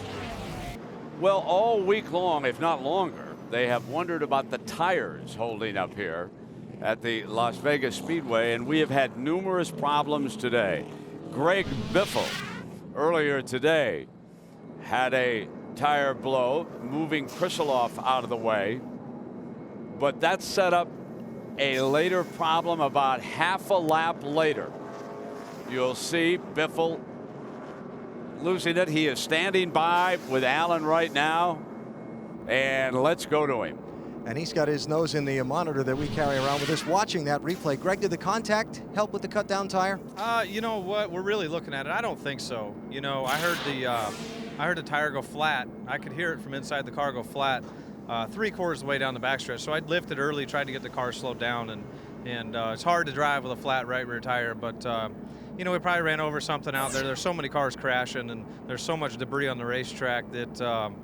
You know, it's just a horrible thing that we're doing out here. We're not putting on a very good race, and the tires won't stick to the racetrack at all. And tomorrow's just, I don't even know what tomorrow's going to be like. These cars got small motor and a big spoiler on them, so you can at least drive them. But, you know, tomorrow's going to be even worse than this, I think. Is there a way for you to give people who aren't race drivers some sense of what it's like behind the wheel out there today for these guys that are still out there? Yeah, have you ever been on black ice? That's what it's like, black ice. You just get to the corner and you turn the wheel and all 4 tires chatter. You know, it chatters in the front, chatters in the back, and you try and give it gas, and you just hope that it doesn't chatter out from under you or chatter the front up into the guy beside you. And then if you get side by side, it just sucks you around. It's just that simple, because it's relying on whatever arrow it can get to try and stay on the racetrack to start with. So it's unfortunate that we got that hard of a tire on it. If we had a softer tire and the speeds were a little bit faster, at least we'd be still racing, you know. Thanks for the explanation. Glad you're okay. Well, Greg Biffle not pulling any punches either, forewarning the fact that it is very difficult today with a 300-mile race and the Cup race on Sunday for 400 miles. It's a really good explanation of what he just said, though. I mean, he's dead right. But this, I will remind everybody, this always happens on brand new racetracks. When you have a fresh repave, Goodyear's got to really harden the tires up, because there's so much heat coming out of this asphalt and beating up these tires so bad it's unreal. Chatter, he was talking about front-end chatter. The air pressure gets so high in the tire that the tire will just not stick to the track. The drivers turn it, it has grip, then it breaks loose, has grip again and breaks loose, grip again and breaks loose. That's called chatter, and it happens at a very high rate of speed. Well, he talked about the side bite going away and how difficult it is driving in what he termed to be black ice, because you go in the corner and turn the car and it begins to slip and slide. We have had a number of incidents here today, starting on lap 4 when the rookie driver slammed the outside wall. A few laps later, some veteran drivers, including champions, get in trouble. Then a 19-year-old gets tagged coming out of turn 4. And of course, Greg Biffle, former series champion, and the latest incident, 2 cars involved. Back after these messages and a word from our ABC stations.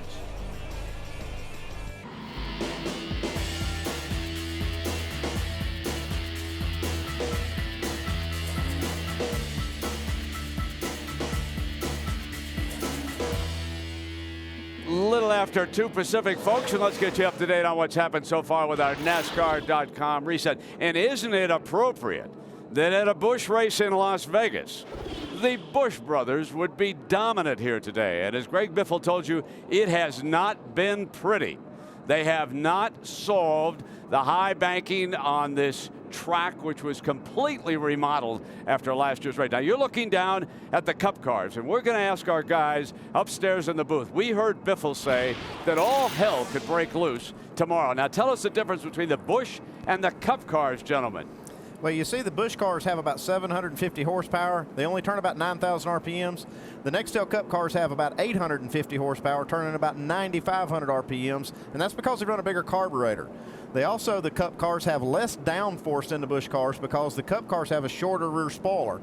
And you see on the Busch cars, they have a 105-inch wheelbase. The Cup cars are 5 inches longer at 110 inches of wheelbase.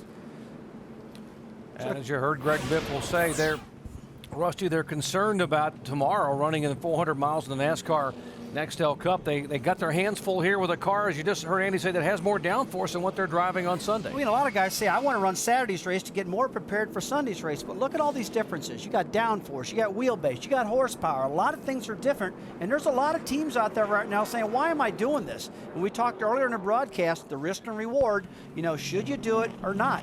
Most of these guys are doing it just because it pays some extra money. Well, one driver who had to suffer the risks a moment ago is standing by with Alan. Jason Leffler's team had worked him up into the top 10 through some pit strategy. And Jason, what happened? Blaney just looked like he lost it. I had nowhere to go. It just crashed, you know, and that's a shame.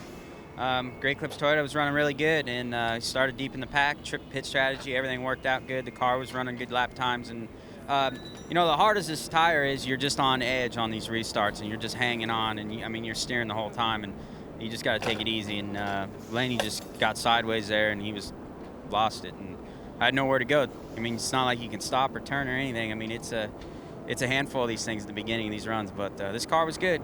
It's just bad luck.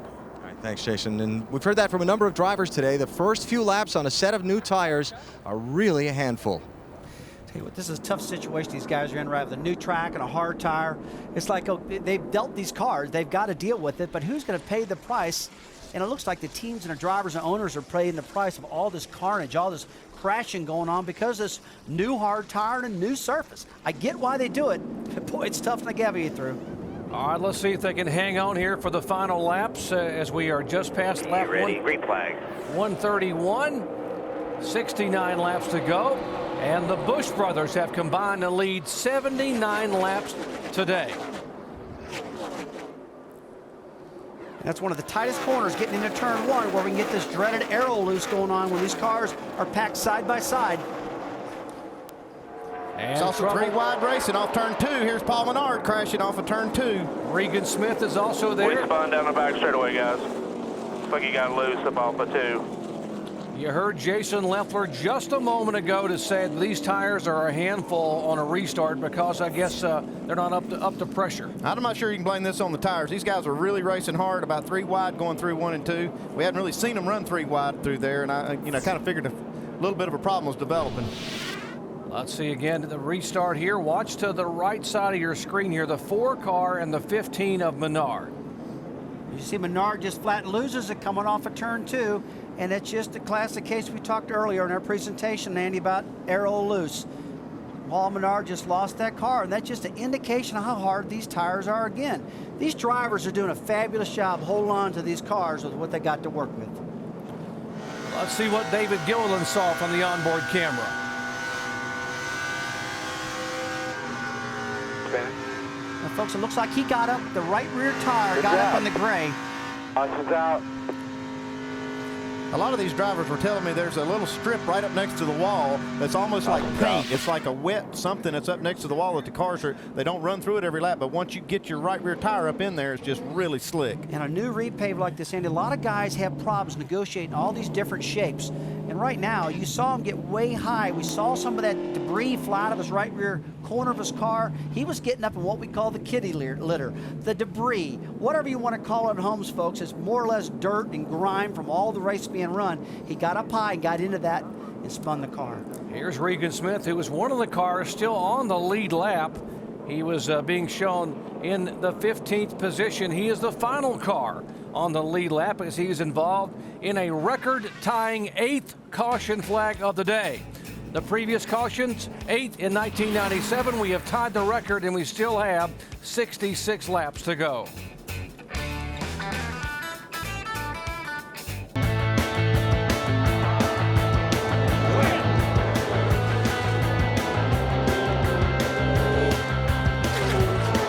Kevin Harvick wins. Finally gets the big one. Gentlemen, start your engines and line them up! Oh, boy, that's a hard impact. Genseth picks up his 4th career win at California Speedway. NASCAR fans are not in Martinsville anymore.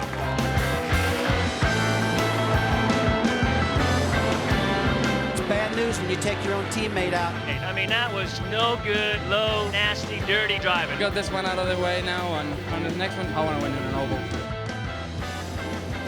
Well, the Busch crews have traveled almost 8,000 miles to get here to Las Vegas. Race 4 of the Busch Series, 4 very different racetracks, very different kind of racing. And you've heard the drivers describe it. Under the hot desert sun, it's like black ice on the racetrack. So what can you do as a driver or a crew chief when you're dealing with black ice? It seems to me like not much. The key word here is we're going to look for grip. That's grip. That's all we need. Tomorrow, they're in a bad situation. 100 more horsepower, less rear spoiler on the cars.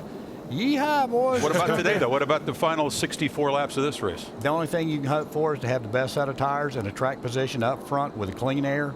And hopefully it'll enable you an opportunity to run up front in that clean air. You win the race. Well, my question would be, with this hard tire, Tim, can they get enough rubber down on the racetrack to affect the grip for tomorrow's race when you got that extra 100 horsepower?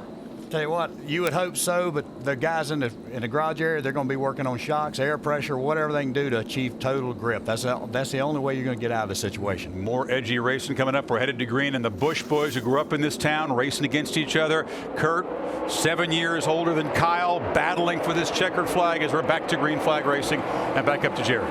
All right, thank you, Chris. The Busch boys and Carl Edwards in hot pursuit here with less than 65 laps to go at Las Vegas Motor Speedway.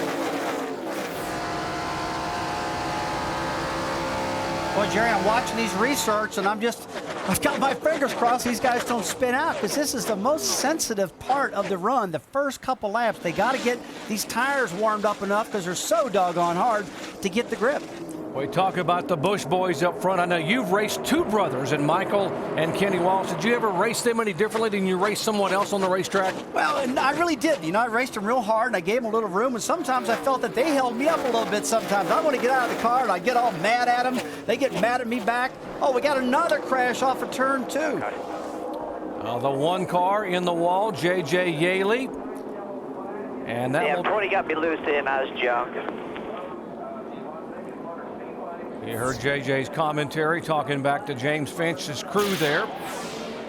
A new record for cautions, and what we did not want to see, but that was the prediction in the pre-race when our pit announcers talked to drivers and said it's going to be ugly today because we're going to have our hands full. And indeed, we now have set a record for yellow flags. J.J. Yaley has had such a disappointing season, and he was running in the top 10 when this happened, so I know these guys are very disappointed.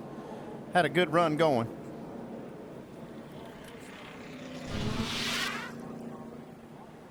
Here again in the corner, right side of your screen, way up across the racetrack. You know, he said somebody got him loose on his radio, but it just didn't look like that. It looks like JJ got so high in the racetrack that he just spun. We'd have to go back in this replay again. We'll try to get back to it one more time. I'm going to watch an earlier portion of it and see what happens here in a second, folks. Looks like that black ice, must have hit that black ice that Greg Biffle was talking about. These cars are so unpredictable on this new surface and this new tire. Let's watch the replay now, going further back, see if we can see. He said the 20 car. Now, there's 20 cars on top of your screen. That's Denny Hamlin. He's right behind him. Okay, they're coming past the start-finish line right now. Denny's on the inside of him. Let's stay looking. Denny's down low. Let's keep on following this thing right now. Let's read it. Okay, it's way high. He's away from Denny. I don't see Denny close to him at the moment, Andy. Up in the gray. Now, look. It's really easy, the armchair quarterback from up in the booth, and say, hey, the 20 car didn't have any effect on the one car of J.J. Yaley. But sometimes, folks, these problems start earlier back into the corner, which causes them to have to go high. Dave? Kurt Busch has showed his hand. This will be the last time they're putting on tires. They'll reverse the adjustments they made the last time to try to get the car even better for Kurt. They will have to stop one more time for a splash of gas. Right side tires. Jamie. Guys, Kyle Busch coming in. They're going to roll the dice. They're trying to make it. You see Kurt Busch right there on the screen. Kurt Busch is going to be out and away, guys. Everything's good with the car. Mike. A lot of debate in the Carl Edwards camp whether to come down or not. At first, they were just going to do fuel. They changed their mind. They took two tires and made a chassis adjustment. Well, they still cannot make it, as you heard our pit announcers say, the rest of the way, but they're trying to position themselves for that final stop. That's what they're trying to do. They're just trying to set themselves up for these last pit stops that they're going to make to try to put their car in the best position possible. And so they take this opportunity when the caution flag's out to get the car as much fuel as they can in it, get the tires they want on the car so they can just make a quick fuel stop and maybe even put just 2 tires on or no tires to try to get the track position. In football, coaches who are the experienced ones, they play a field position game, setting it up for the fourth quarter when you've got to be able to get the points. Crew chiefs right now playing a position game in terms of field position for that final pit stop. Rusty, no tires for a couple of the lead cars, 2 tires for Carl Edwards. That's just what I was about to say, Jerry. It looks like the strategy is all over the board. There's 4 tires, there's 2 tires, there's no tires. And things like that happen when you have a hard tire. It gives you an option to play the cards any way you want to. Normally, racetracks we go to, the tires, every time you put new tires on, it makes a big difference. Go ahead, Andy. What you got there? Well, I was just looking at PK. You know, these guys have just got to be under so much stress trying to figure it out. We can't figure out the strategy from up here. We can see everybody. You know those guys can't figure it out. Hey, we're sitting up here in the booth getting all wound up, and I'm seeing you looking at the screen saying, let me talk about this issue, you know. But I tell you, there's a lot of strategy going on, and you being a crew chief, I can totally understand. You're reading these cats' minds. All right, what about the tires today? We talked about what Goodyear was trying to accomplish. Our Alan Beswick is caught up with one of the Goodyear representatives. Greg Stucker runs the sales effort for Goodyear Racing Tire. That means he's the man responsible for selling these race teams these tires. Greg, so much discussion from the race teams about bringing back a different tire from when they tested here a few weeks ago to this race now. Why was that decision made? When we came back here for the Nextel Cup test in January, we weren't very happy with what we had seen on with some temperatures, some tire blistering on several of the cars. Not all of them, but several. And we just felt like it was the right thing to do to come back with a little bit firmer setup. So we changed the left side tire, slowed the cars down a little bit, and we feel like that was just the best choice for the whole field. You know, we got to make sure that nobody has problems, and we just felt like that was the best thing to do. With all the drivers talking about feeling like they're on black ice, when they discussed that with you during the weekend, what have you guys talked with them about? Well, again, we got to make sure that nobody has any problems. We understand it's hard. We understand everybody's got to make some adjustments, but again, we want to make sure we make the right decision for the whole field and the racetrack. So we'll look at what happens over the weekend, and then make sure if we need to make adjustments, we'll do that for when we come back. All right, Greg, thank you for your time. We appreciate it, guys. All right, Alan, good job. Back to green flag racing here. Jeff Burton will lead them down. Casey King, Tony Stewart, Denny Hamlin, Reed Sorensen, the top 5. With less than 60 laps to go. And now the pursuit begins for Jeff Burton. And here comes last year's winner, Casey Kane's moved up to the front of the field. He started in the back because of an engine change after qualifying 10th, but now here he is in contention. Well, I tell you what, guys, in the back of the pack there, the 12 car, Kurt Busch, he just passed 5 cars coming off of turn 2. He is flying. He passed his brother, and he hasn't been slowing down a bit. Look at him, 3 wide, coming down the front straightaway right now. That is Kurt and Kyle Busch, 12 and 5 respectively. They're trying to go around the outside and inside of the 27 car of Ward Burton. Kyle goes by. Ward Burton in the 27 car. Now Kurt is able to make his move by. These guys seeing all these crashes are giving and taking a little bit more on this restart.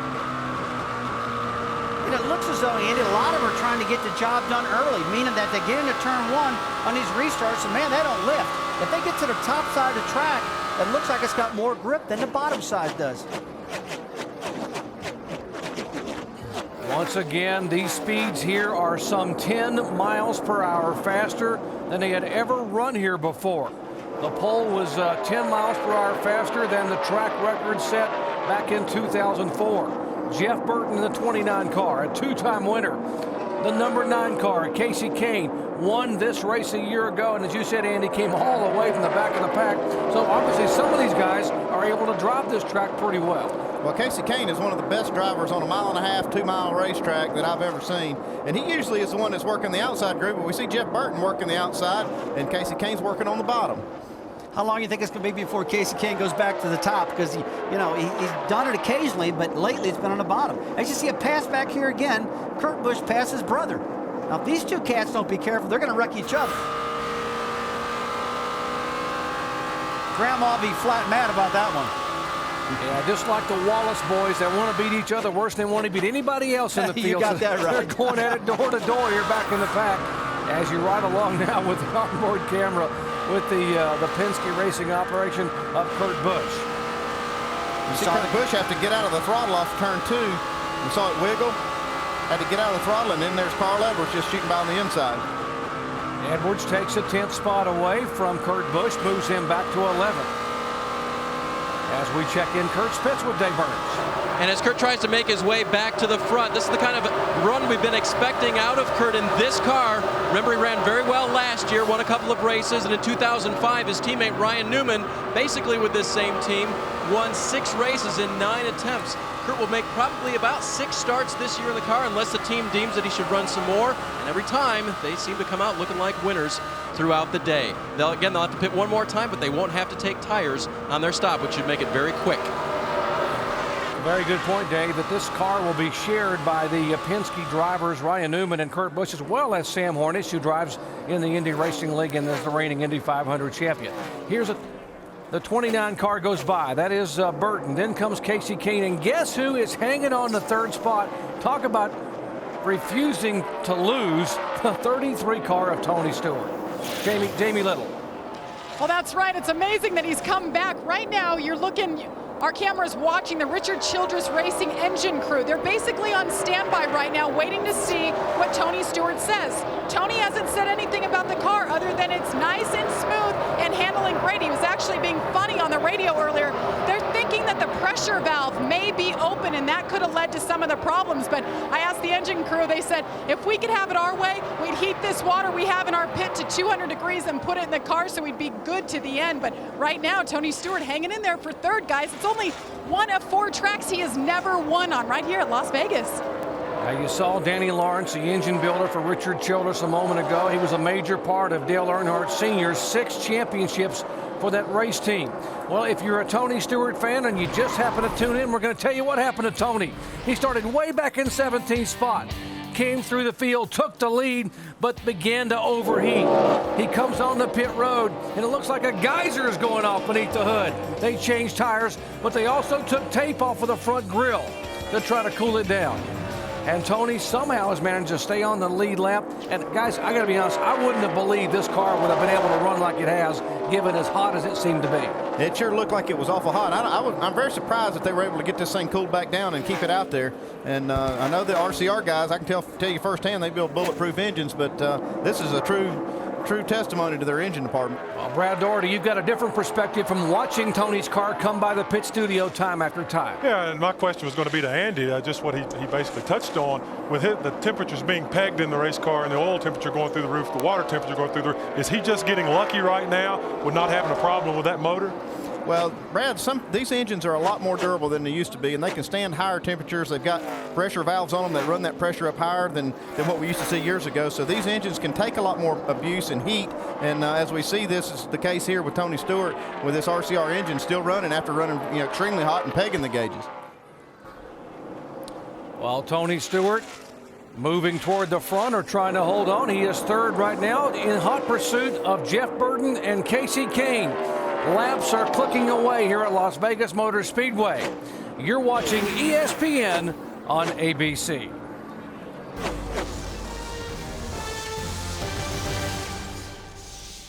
Smack the inside wall with the left rear, Doug. Smacked it pretty good with the left rear. Heavy impact back at Las Vegas Motor Speedway. Regan Smith in the 4-car, sliding sideways down the front stretch. Almost saved the car, and it bounces off the inside concrete, and he gets it refired and heads away. Let's take a look as he gets down alongside Mike Wallace. They're all for running awful close into Mike, gets himself sideways. Now here's the scary part, guys. On the apron, into the grass. Oh, he missed the grass. And back, driver's side wall. We were looking out the window, guys, watching him go driver's side at that wall. Very concerned that was going to be a hard side driver impact. Got very lucky right there. You see him and Mike get together. It causes him to get sideways. Just takes a little bit, Andy. These tires are real hard. No grip out there, guys. Yeah, just no give and take with these guys. We have one guy that was on the lead lap, one lap down, and looked like a little impatience. All right, now caution for the 10th time. Now, you got to wonder as you see Regan coming down pit road, strategy-wise, we have 45 laps to go to the checkered flag. How many of these guys will consider rolling the dice and coming in and gambling on making possibly this final fuel stop? Well, you'll see some of the guys maybe gamble on this one. This is just outside most of their windows on fuel, but if they get cautions, they may be able to stretch it. We see them coming in. Here's a bunch of gamblers coming down pit road here at Las Vegas. The 29 of Burton, the 9 of Kasey Kahne, Tony Stewart, Danny Hamlin, Kyle Busch. As we head down to Alan Bestwick. Shane Huffman has moved his way up to 6th position in the race. A track bar adjustment on the car. Dale Earnhardt Jr., one of the team owner, on the box giving instructions to his driver, Dave. 2 right side tires for Jeff Burton. No chassis adjustments. They will need about 7 caution laps before this race is over to extend their fuel mileage to make it to the end. Mike.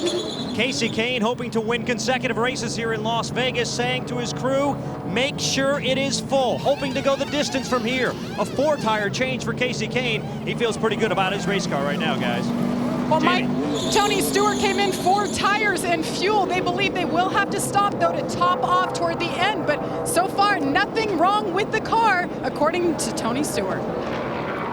And with this caution flag, the free pass goes to a very good car in Kevin Harvick, the 21 car, able to get back on the lead lap.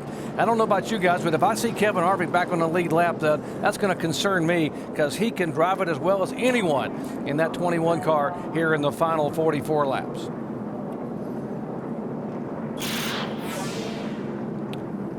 There's Kevin Harvick, our Aaron's Lucky Dog free pass car, so he is back on the lead lap. 16 cars on the lead lap. Harvick is 16th, but they are chasing the 9 car right now for Kasey Kahne. Should be a shootout at Las Vegas.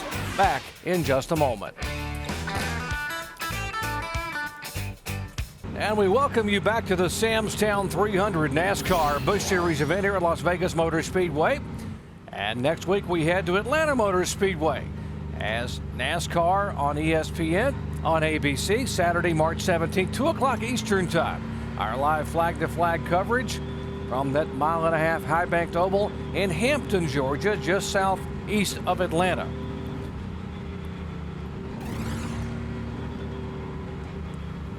Well, Kyle Busch, one of the major factors here this afternoon, has led so many laps. He is a local boy from Las Vegas who grew up in the desert, but has now a love of the water.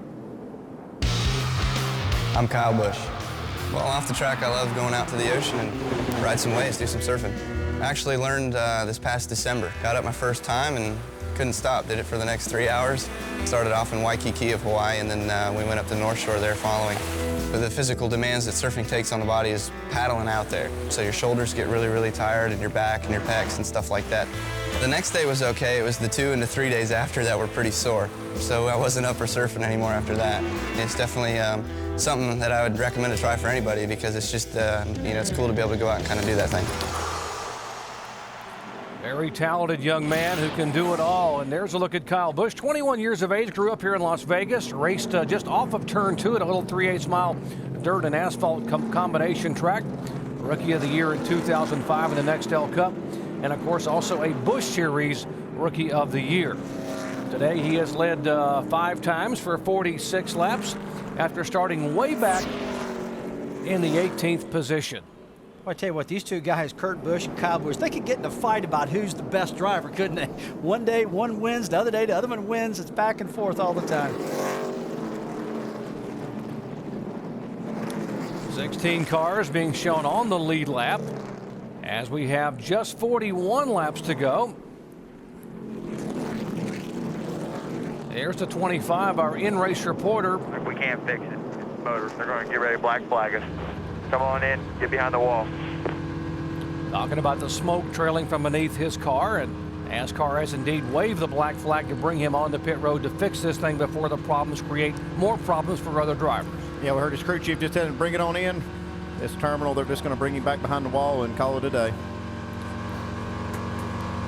Well, it looks like we've got 3 cars a lap down right now. Ward Burton, Mike Wallace, and showing J.J. Yellow, but J.J. had a lot of damage on that car to be up that far. Give a call to David Stremme, the 22 car, as he is behind this bunch, riding along with Steve Wallace in the Wise Trade Dodge. He is also trying to get back in front of the leader to get one of those laps back as the green flag waves, and Kyle Busch will lead him down.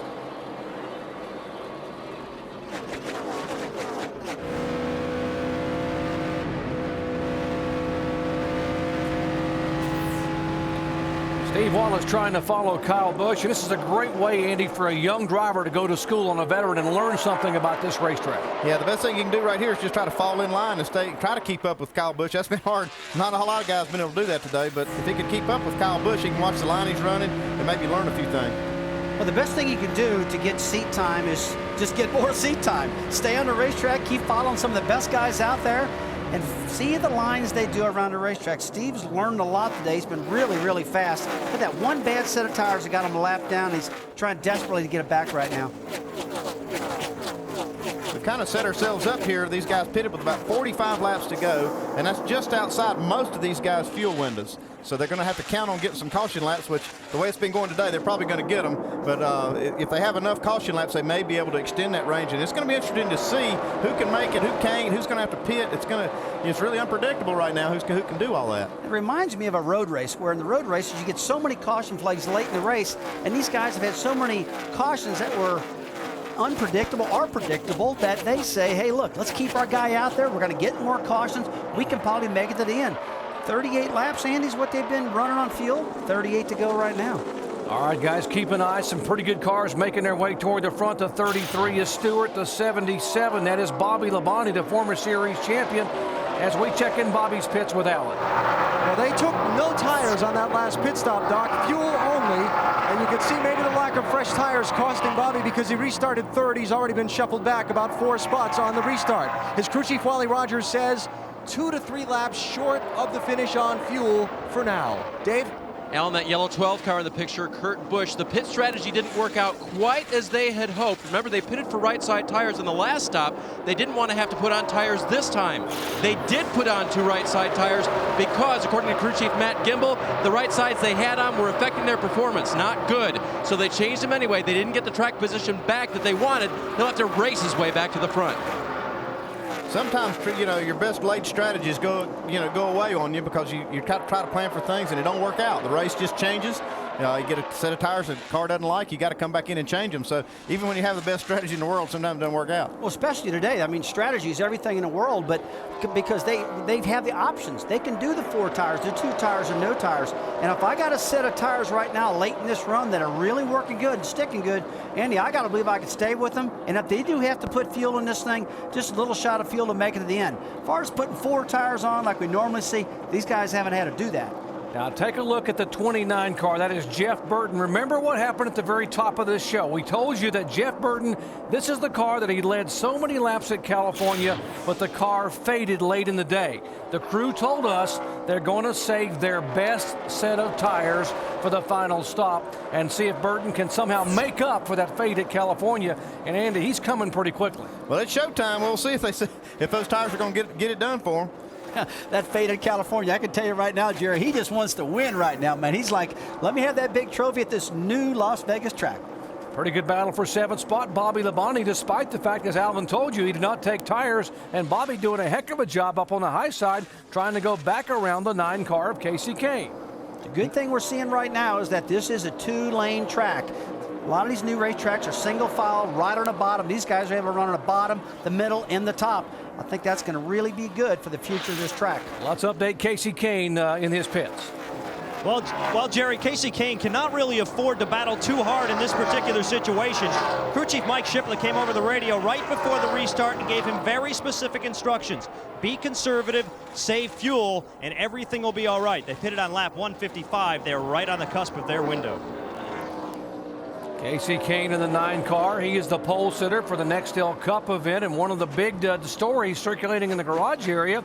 We know what happened in Daytona with Jack Roush and the Fenway group forming Roush Fenway Racing. We are hearing that Ray Evernham may be looking for some investors as well. Yeah, we heard some of that down in the garage area. I talked to Ray earlier yesterday, and I heard he was talking to somebody else about investors, kind of like what we saw with Roush and Fenway Racing, and I guess these guys are just trying to raise more capital to be stronger, be able to do more things, and hire more people, and spend the money on R&D and get better. And I'm sure Ray's looking at that. Well, Jack Roush is ahead of the curve, and now Ray Evernham, who's always been ahead of the curve as far as thinking ahead, trying to maybe get a little more money. Is it that expensive to be able to do what they're trying to do R&D wise? Jerry, the cost of racing nowadays is just almost out of control. It's so high, it's incredible. And NASCAR's they're working their brains out, trying to bring the cost of racing back down. With the car tomorrow coming on right now, I really believe in the long run that's going to be a savior. But until that car gets there, they got to try to control this. The car tomorrow will debut at Bristol, and a lot of owners are thrilled about the fact that's going to save them some money. Pretty good battle for 5th spot here. The 22, that is Strimmy. The 20 of Denny Hamlin. Boy, I tell you, they were toying around, Andy, with that dreaded arrow loose right there, side by side, going in that corner. Yeah, they're racing hard right here. The 22 car of David Strimmy qualified 2nd, and he's been up front all day, but these pit strategies have had him mixed up back in the middle of the field, and he's trying to get back up where he needs to be for the end of the race. Got a good, strong car, and he wants to just get up there where he can race for the win. Yeah, David Strimmy, who missed the opening race at Daytona. It was a major point of frustration for this race team owned by Armando Fitz, but they have roared back here with a fabulous qualifying effort, not only here on Saturday, but Strimmy starts outside of row 1 on Sunday.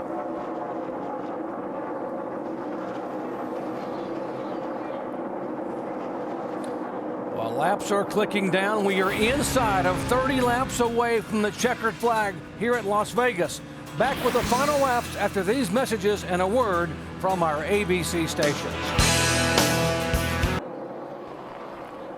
Back at Las Vegas Motor Speedway, 23 laps to go here.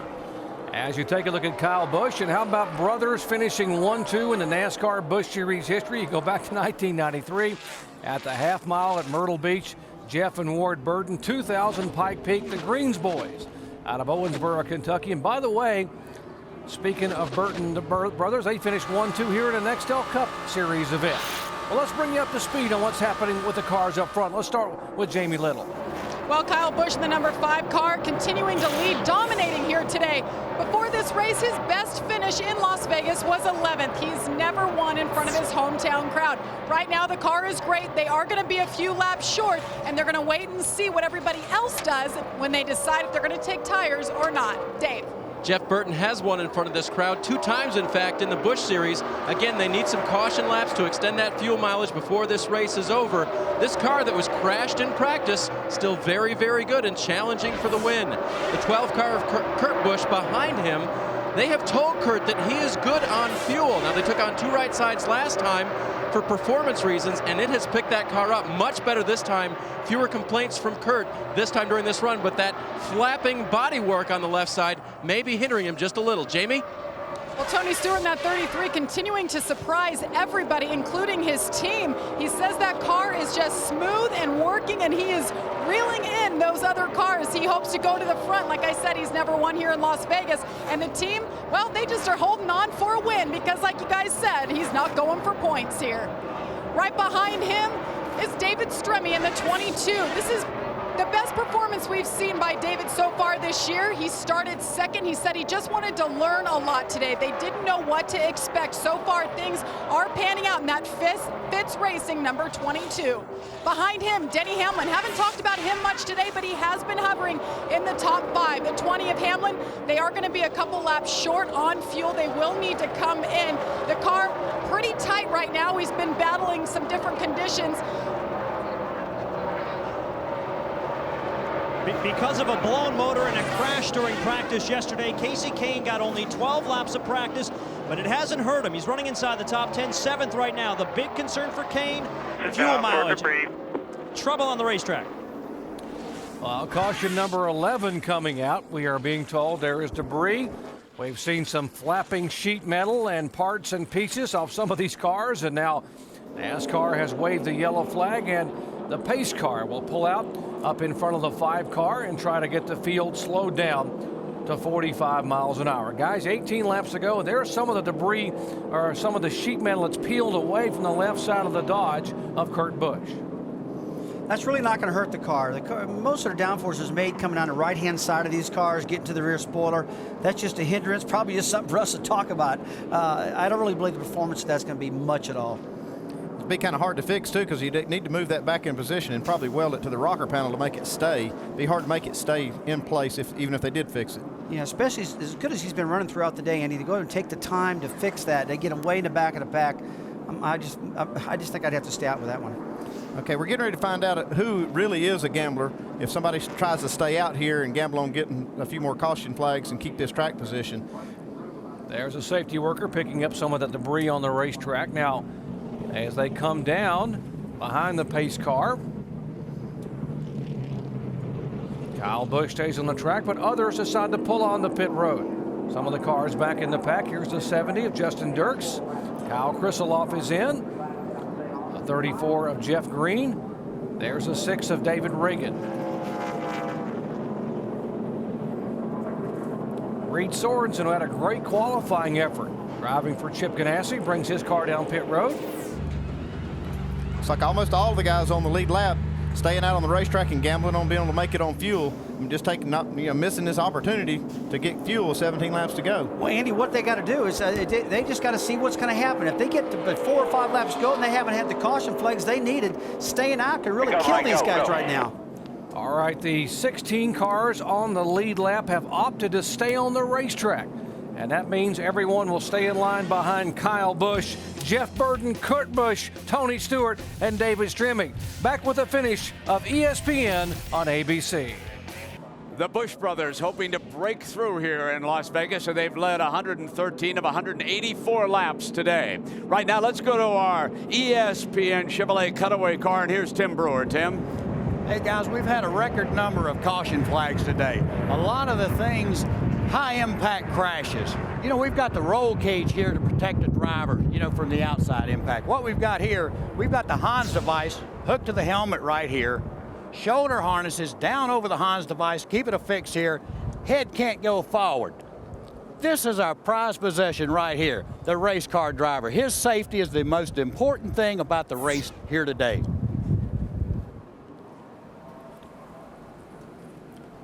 All right, thank you very much, Tim. Indeed, we have seen some hard impacts, and And Rusty, the safety innovations that have taken place over the last just handful of years have been huge in terms of being able to keep the driver intact inside a car with these kind of deceleration. Oh, a lot of really cool safety devices.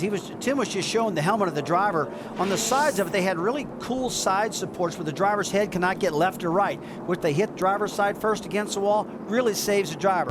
One of the #1 innovations, though, Jerry, this soft wall technology. It's really helped the drivers a lot. So you got the good seat inside, and you got the soft wall. Definitely the combination of the two has made racing a lot safer in the last 5 or 6 years. Safer barrier, soft wall, seat technology. See the safer barrier that absorbs the impact. Give NASCAR a call. What a job they have done to make these tracks and drivers much safer. Well, can Kyle Busch hang on for the final 15 laps?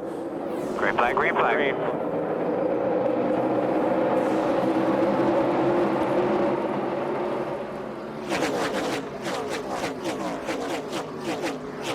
Kyle Busch has never won at Las Vegas Motor Speedway. Neither has older brother Kurt. But the car right behind him, the 29 car of Jeff Burton, is a 2-time winner here. Well, I tell you, the guy to not forget about is Tony Stewart. He's in clean air, and he's reeling the 12 car of Kurt Busch in right now. You know, we wrote him off earlier saying, hey, that engine's going to blow up. Somehow that baby has held on, and Tony's doing a fantastic job out there driving the wheels off that thing. We got 14 laps to go.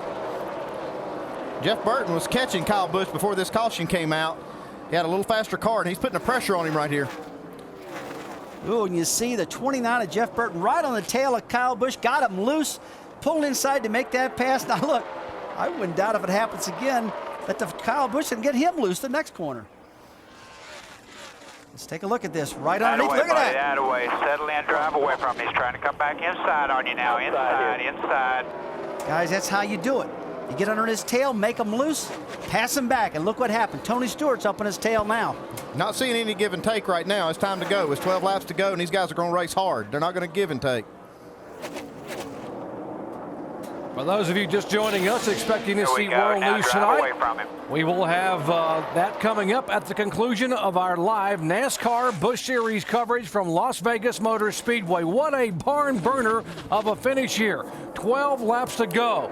The 29 car of Jeff Burton has made the pass for the lead. Kyle Busch, Kurt Busch, a couple of brothers who grew up in Las Vegas in second and third.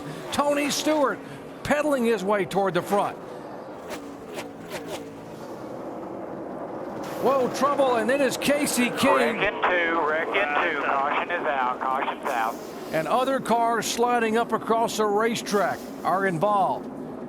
Casey King, the 41 of Reed Sorensen, is involved. Oh, that's a hard impact on the front of Reed Sorensen's car. That's a heavy impact on the very front, head on. Caution coming out for the 12th time, and that's last year's winner here, Casey Kane. He's also the pole sitter for the Sunday afternoon NASCAR Nextel Cup Series event. We talked at the beginning of the show about the risks versus the reward of running on Saturday and then running on Sunday. Heavy impact for a couple of these drivers. We have 26 drivers in this race today who will also attempt to run the Nextel Cup event on Sunday. Now, you talk about risk reward. He just loses. This is a classic case of just spinning out again. Here's a driver who's got a lot of talent, one of the best drivers in all of NASCAR, and it just proves that they can lose the car also. It's just not the rookies. And if you see all this carnage coming by, Andy, what's your take on this risk reward? I'm not going to give up on you, man. I want to know what you're thinking as a past car owner. Well, I talked to Casey Kane in the garage. He said he just can't he can't tell where the edge is. And if I'm Ray Evernham, you know, I just got to think, man, I don't want to get my driver hurt out here in a Busch race. But it looks like he'll be okay. But the heavy impact was on Reed Sorensen behind him. Man, what a wreck. Yeah, there's the 41 of Sorensen coming across, and a couple of cars doing a nice job just to avoid hitting Sorensen in the passenger side door. Here's Mike Wallace's view. Clear.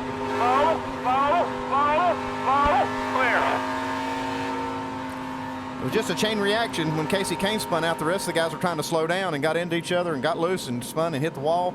And then everybody just tries to avoid. Well, if you're ever going to hit the wall, backing it in against a soft wall, that's the best way to do it. But when you see these cars coming at your door as you're parked in the middle of the racetrack, that's a dangerous part.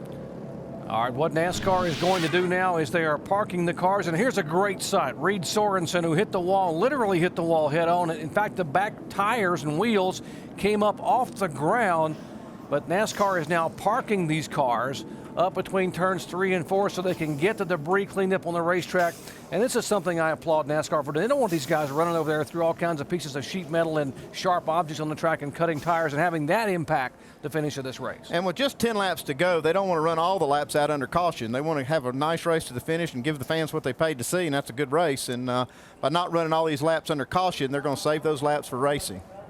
Well, the finish of the NASCAR Busch Series event coming your way. 10 laps to go here at Las Vegas Motor Speedway.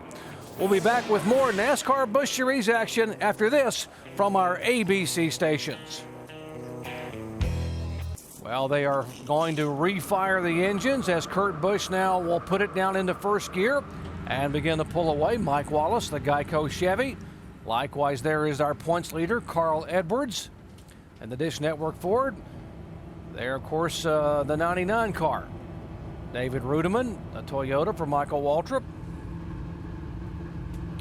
Our in-race reporter, the 25 car, the freecreditreport.com machine of David Gilliland. The Wise Trade Dodge for the 19-year-old Stephen Wallace, second-generation driver.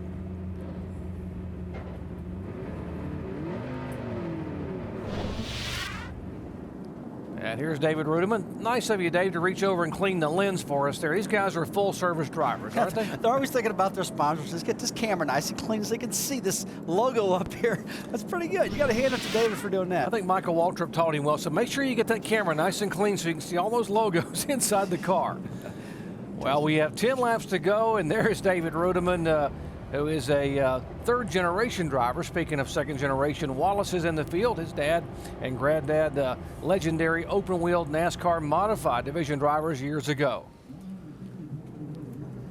All right, 10 laps to go. You know, if I'm Kyle Busch and I'm in second spot, I'm going to get these tires cleaned off, make sure all the debris is off them so I can get a really good restart, because he's going to have to get a good restart to get past Jeff Burton. Then again, he's got to hold his own brother off, who's running third right now. That's going to be another tough guy to hold back.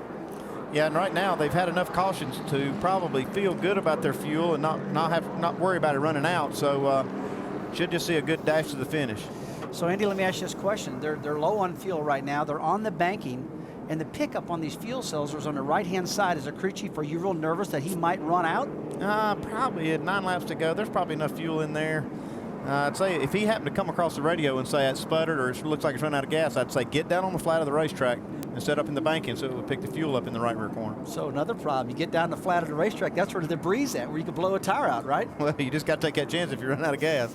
And guys, we've also seen cars jump inside of other cars on a restart and take the side bite away, which ends up with both cars in the wall. We've had that happen earlier in the afternoon. Oh boy, Jerry, you hit the nail on the head there. That's one of the most important things in this restart, because these guys have got to get aggressive right now. They really got to get up in the seat, and they really got to fire these babies up. And they're going to dump them down in there side by side. You know they are. And that's where they're going to get loose. And we've pounded that soft wall all day long. These guys have wore it out. I don't know if they're finished doing that. I'll tell you, it's going to be exciting these last few laps. All right, who's the most aggressive guy in the top 5 right now? Who's the guy you think will climb up on the wheel here in these final laps and try to steal this win? Well, I think it's going to be Kyle Busch. Kyle Busch is the guy. He can go out there. He can get just a little bit extra. I know that Jeff Burton wants to win this race, but boy, I'll tell you what, if I look back and saw Kyle Busch in my mirror, I'd get a little worried. What about Tony Stewart? He's going to be back there pounding his chest saying, hey, look at me. What about me? You know I'm aggressive. So I wouldn't. I'd be taking a look at that 33 also. We know this guy gets up in the wheel. Tony Stewart all the way from 17th starting spot, took the lead on lap 75, have an overheating problem, and now has been able to hang on and has this car in 4th position as we head back down into our pit studio. All right, Jerry, thanks. It'll be 8 laps to go when they come past the start-finish line. So you guys have talked about fuel calculations and pit strategy. What did that red flag parking the cars have to do with the calculations and who's got enough fuel left? Keep in mind, you got a 13-gallon fuel cell. It's a smaller box. It's deeper in fuel. I don't think you're going to have an issue with the fuel. Everybody's going to have enough to make the Yeah, I agree with him. I think the fuel is a non-issue right now. But, boy, Jeff Burton is awful fast. He's had a loose race car all day, and he drives a great loose race car real fast. You heard his crew chief said he's been free. Sometimes being free isn't necessarily a good thing when you're behind the wheel of the car. Great finish, though, the way this is setting up after kind of an ugly race. Burton has won this race twice, the only 2-time winner, trying to hold off the Busch brothers, and Tony Stewart, after all his troubles, lurking right there. And so is Harvick back on the lead lap, too. There's a lot of players with 10 laps to go. Remember, However, I picked Busch. Let's watch this thing. All right. Sounds like the guys in the booth like Burton's position right now. Jerry? And what were the famous line with Harry Hogg in Days of Thunder when he told Tom Cruise it was cold trickle, said, you know what, loose is fast? And on the edge of out of control. Yeah, that's what he needs to remember. On the edge of out of control. That's where they have been most of the afternoon. We have set a record here at Las Vegas Motor Speedway, an unenviable record for yellow flags and caution laps. We have also tied the record for the most different leaders with 12 different drivers showing their way to the front, 21 lead changes. And I think this is going to be very interesting here in the final 7 laps as to who will win it today. Well, right now they better cinch them down and get ready because they got 8 laps to go. These guys got to get up on the wheel because if they're going to win this inaugural race at this brand new design racetrack, they got to get ready right now. 29 car of Jeff Burton trying to get his 3rd win here. Kyle Busch trying to win for the first time at his home racetrack.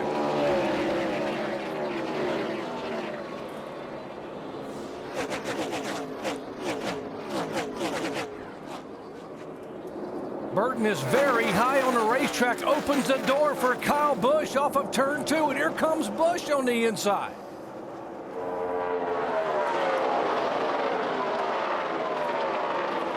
Jeff Burton's car, he likes it up on the outside. That's where he's at. And Kyle Busch makes the pass complete and will take the lead as they come by with 6 laps to go.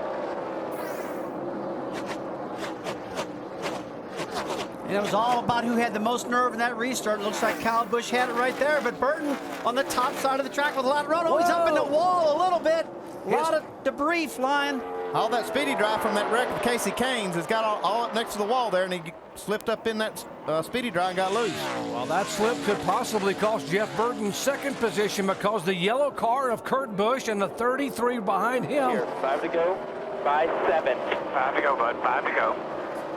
So Kurt Busch and Tony Stewart are both trying to march up toward the 29. Right now, Tony Stewart, he's the one that's got the race going on in the bottom, getting right up alongside of Kurt Busch. And this is where you could get yourself in trouble, like we talked all day long. If they go in side by side and lose that aerodynamic downforce, they could spin. While that's going on, though, that 5 car is gone. Whoa! The 29 car right in front of this battle here gets sideways, and what a save as the 33 car makes the pass. There goes the 29 by of Jeff Burton, and these guys are hanging on for dear life. They're on the wheel. I'll tell you, this is incredible how hard these guys are driving. And you can tell you saw a lot of cars, or 29 car Jeff Burton go down on the apron and fly back up on the racetrack using all the track they can. Hey, watch this save by Jeff Burton a moment ago in the turn coming out. Out of turn 4, watch the back of the 29. Man, that was unbelievable. That was all but gone. With this hard a tire, for him to hold on to that and still hold Kurt Busch and Tony Stewart behind him, man, well of a job. You can tell they're on the wheel. They're going crazy right now. He's still not giving up. He's got 3 laps to go, and he's still trying to run down Kyle Busch. Left side of your screen, the 5 car is the 21-year-old Kyle Busch, who grew up racing about 200 yards from where this track now stands. Has never won a Busch Series event here at his native Las Vegas. Jeff Burton, the 29 car, is less than a second 2 back. to go by 5 right now. Man, it's got to be a great feeling if this kid wins this race here at Las Vegas. Jeff Burton beat Kyle Busch by 0.3 of a second. Boy, Burton has cut the margin in half in a lap and a half. Jerry, he is outrunning Kyle Busch 0.3, like Andy said. He's reeling him in big time. He's going to get there. Look at him flying on the top of that racetrack. The 29 car, Jeff Burton, was frustrated about what happened at California. His car faded in the final laps. He said, this will not happen to me today. It is 4 car lengths. It is 3 car lengths. As the white flag waves, they have 1 lap. Can Jeff Burton get there? Well, he's not fading now. Jeff Burton is right there. It's a car length. It's a half a car length. He's making his ground on the top side of the racetrack. As he goes to the top, wide open on the top of the track. It's going to be a drag race right to the end. Here goes Burton on the high side. Busch makes the block out of turn 4. Burton squeezes high. They are door to door. Jeff Burton! Good job! Woo-hoo! Jeff Burton takes the win, and Kyle Busch slams the wall on the outside. Unbelievable. You saw the 29 of Jeff Burton.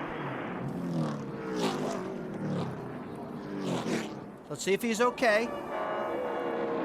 Great job for Jeff Burton. What a finish. What an unbelievable effort. Jeff Burton. On the new tires, they just wasn't as good. I had to have some heat in the tires. Jeff Burton refused to lose. He refused to give up on a very loose race car, and that is one very angry driver climbing out in Kurt Busch with a celebration down in the pits. That's one happy crew. He's angry because he's frustrated. He had a good car, but there's nothing he could have done. He did a great job throughout the day. Jeff Burton just had that run. He did a great job of working the top side. Listen to this crowd on their feet. A record crowd of over 105,000 as Jeff Burton comes down and salutes the crowd. And he's coming to talk to Kyle Busch, and Kyle is already gone. He's looking at an empty seat there right now. Burton did a great job on that top side. What a comeback for the 29 of Jeff Burton. Good sport. How about that for sportsmanship?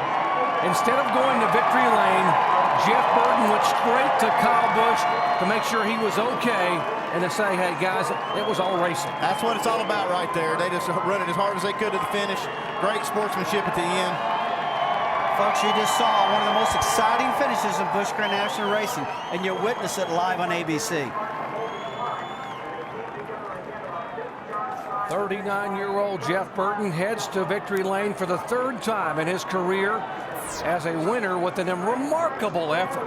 A car that was almost out of control with 2 laps to go somehow makes the pass within 200 yards of the start-finish line. Let's go down to Mike Massaro. Well, Doc, obviously an awfully disappointed Kyle Busch. What happened on that final lap? I was just too tight. I couldn't hold the bottom, couldn't hold the top, couldn't hold him off. So he beat me fair and square. He got a run on me on the top side. I tried blocking it, but I just didn't get high enough in order to squeeze him in the fence. But congratulations to those guys. They had a better car definitely at the end. Doc, a very disappointed Kyle Busch.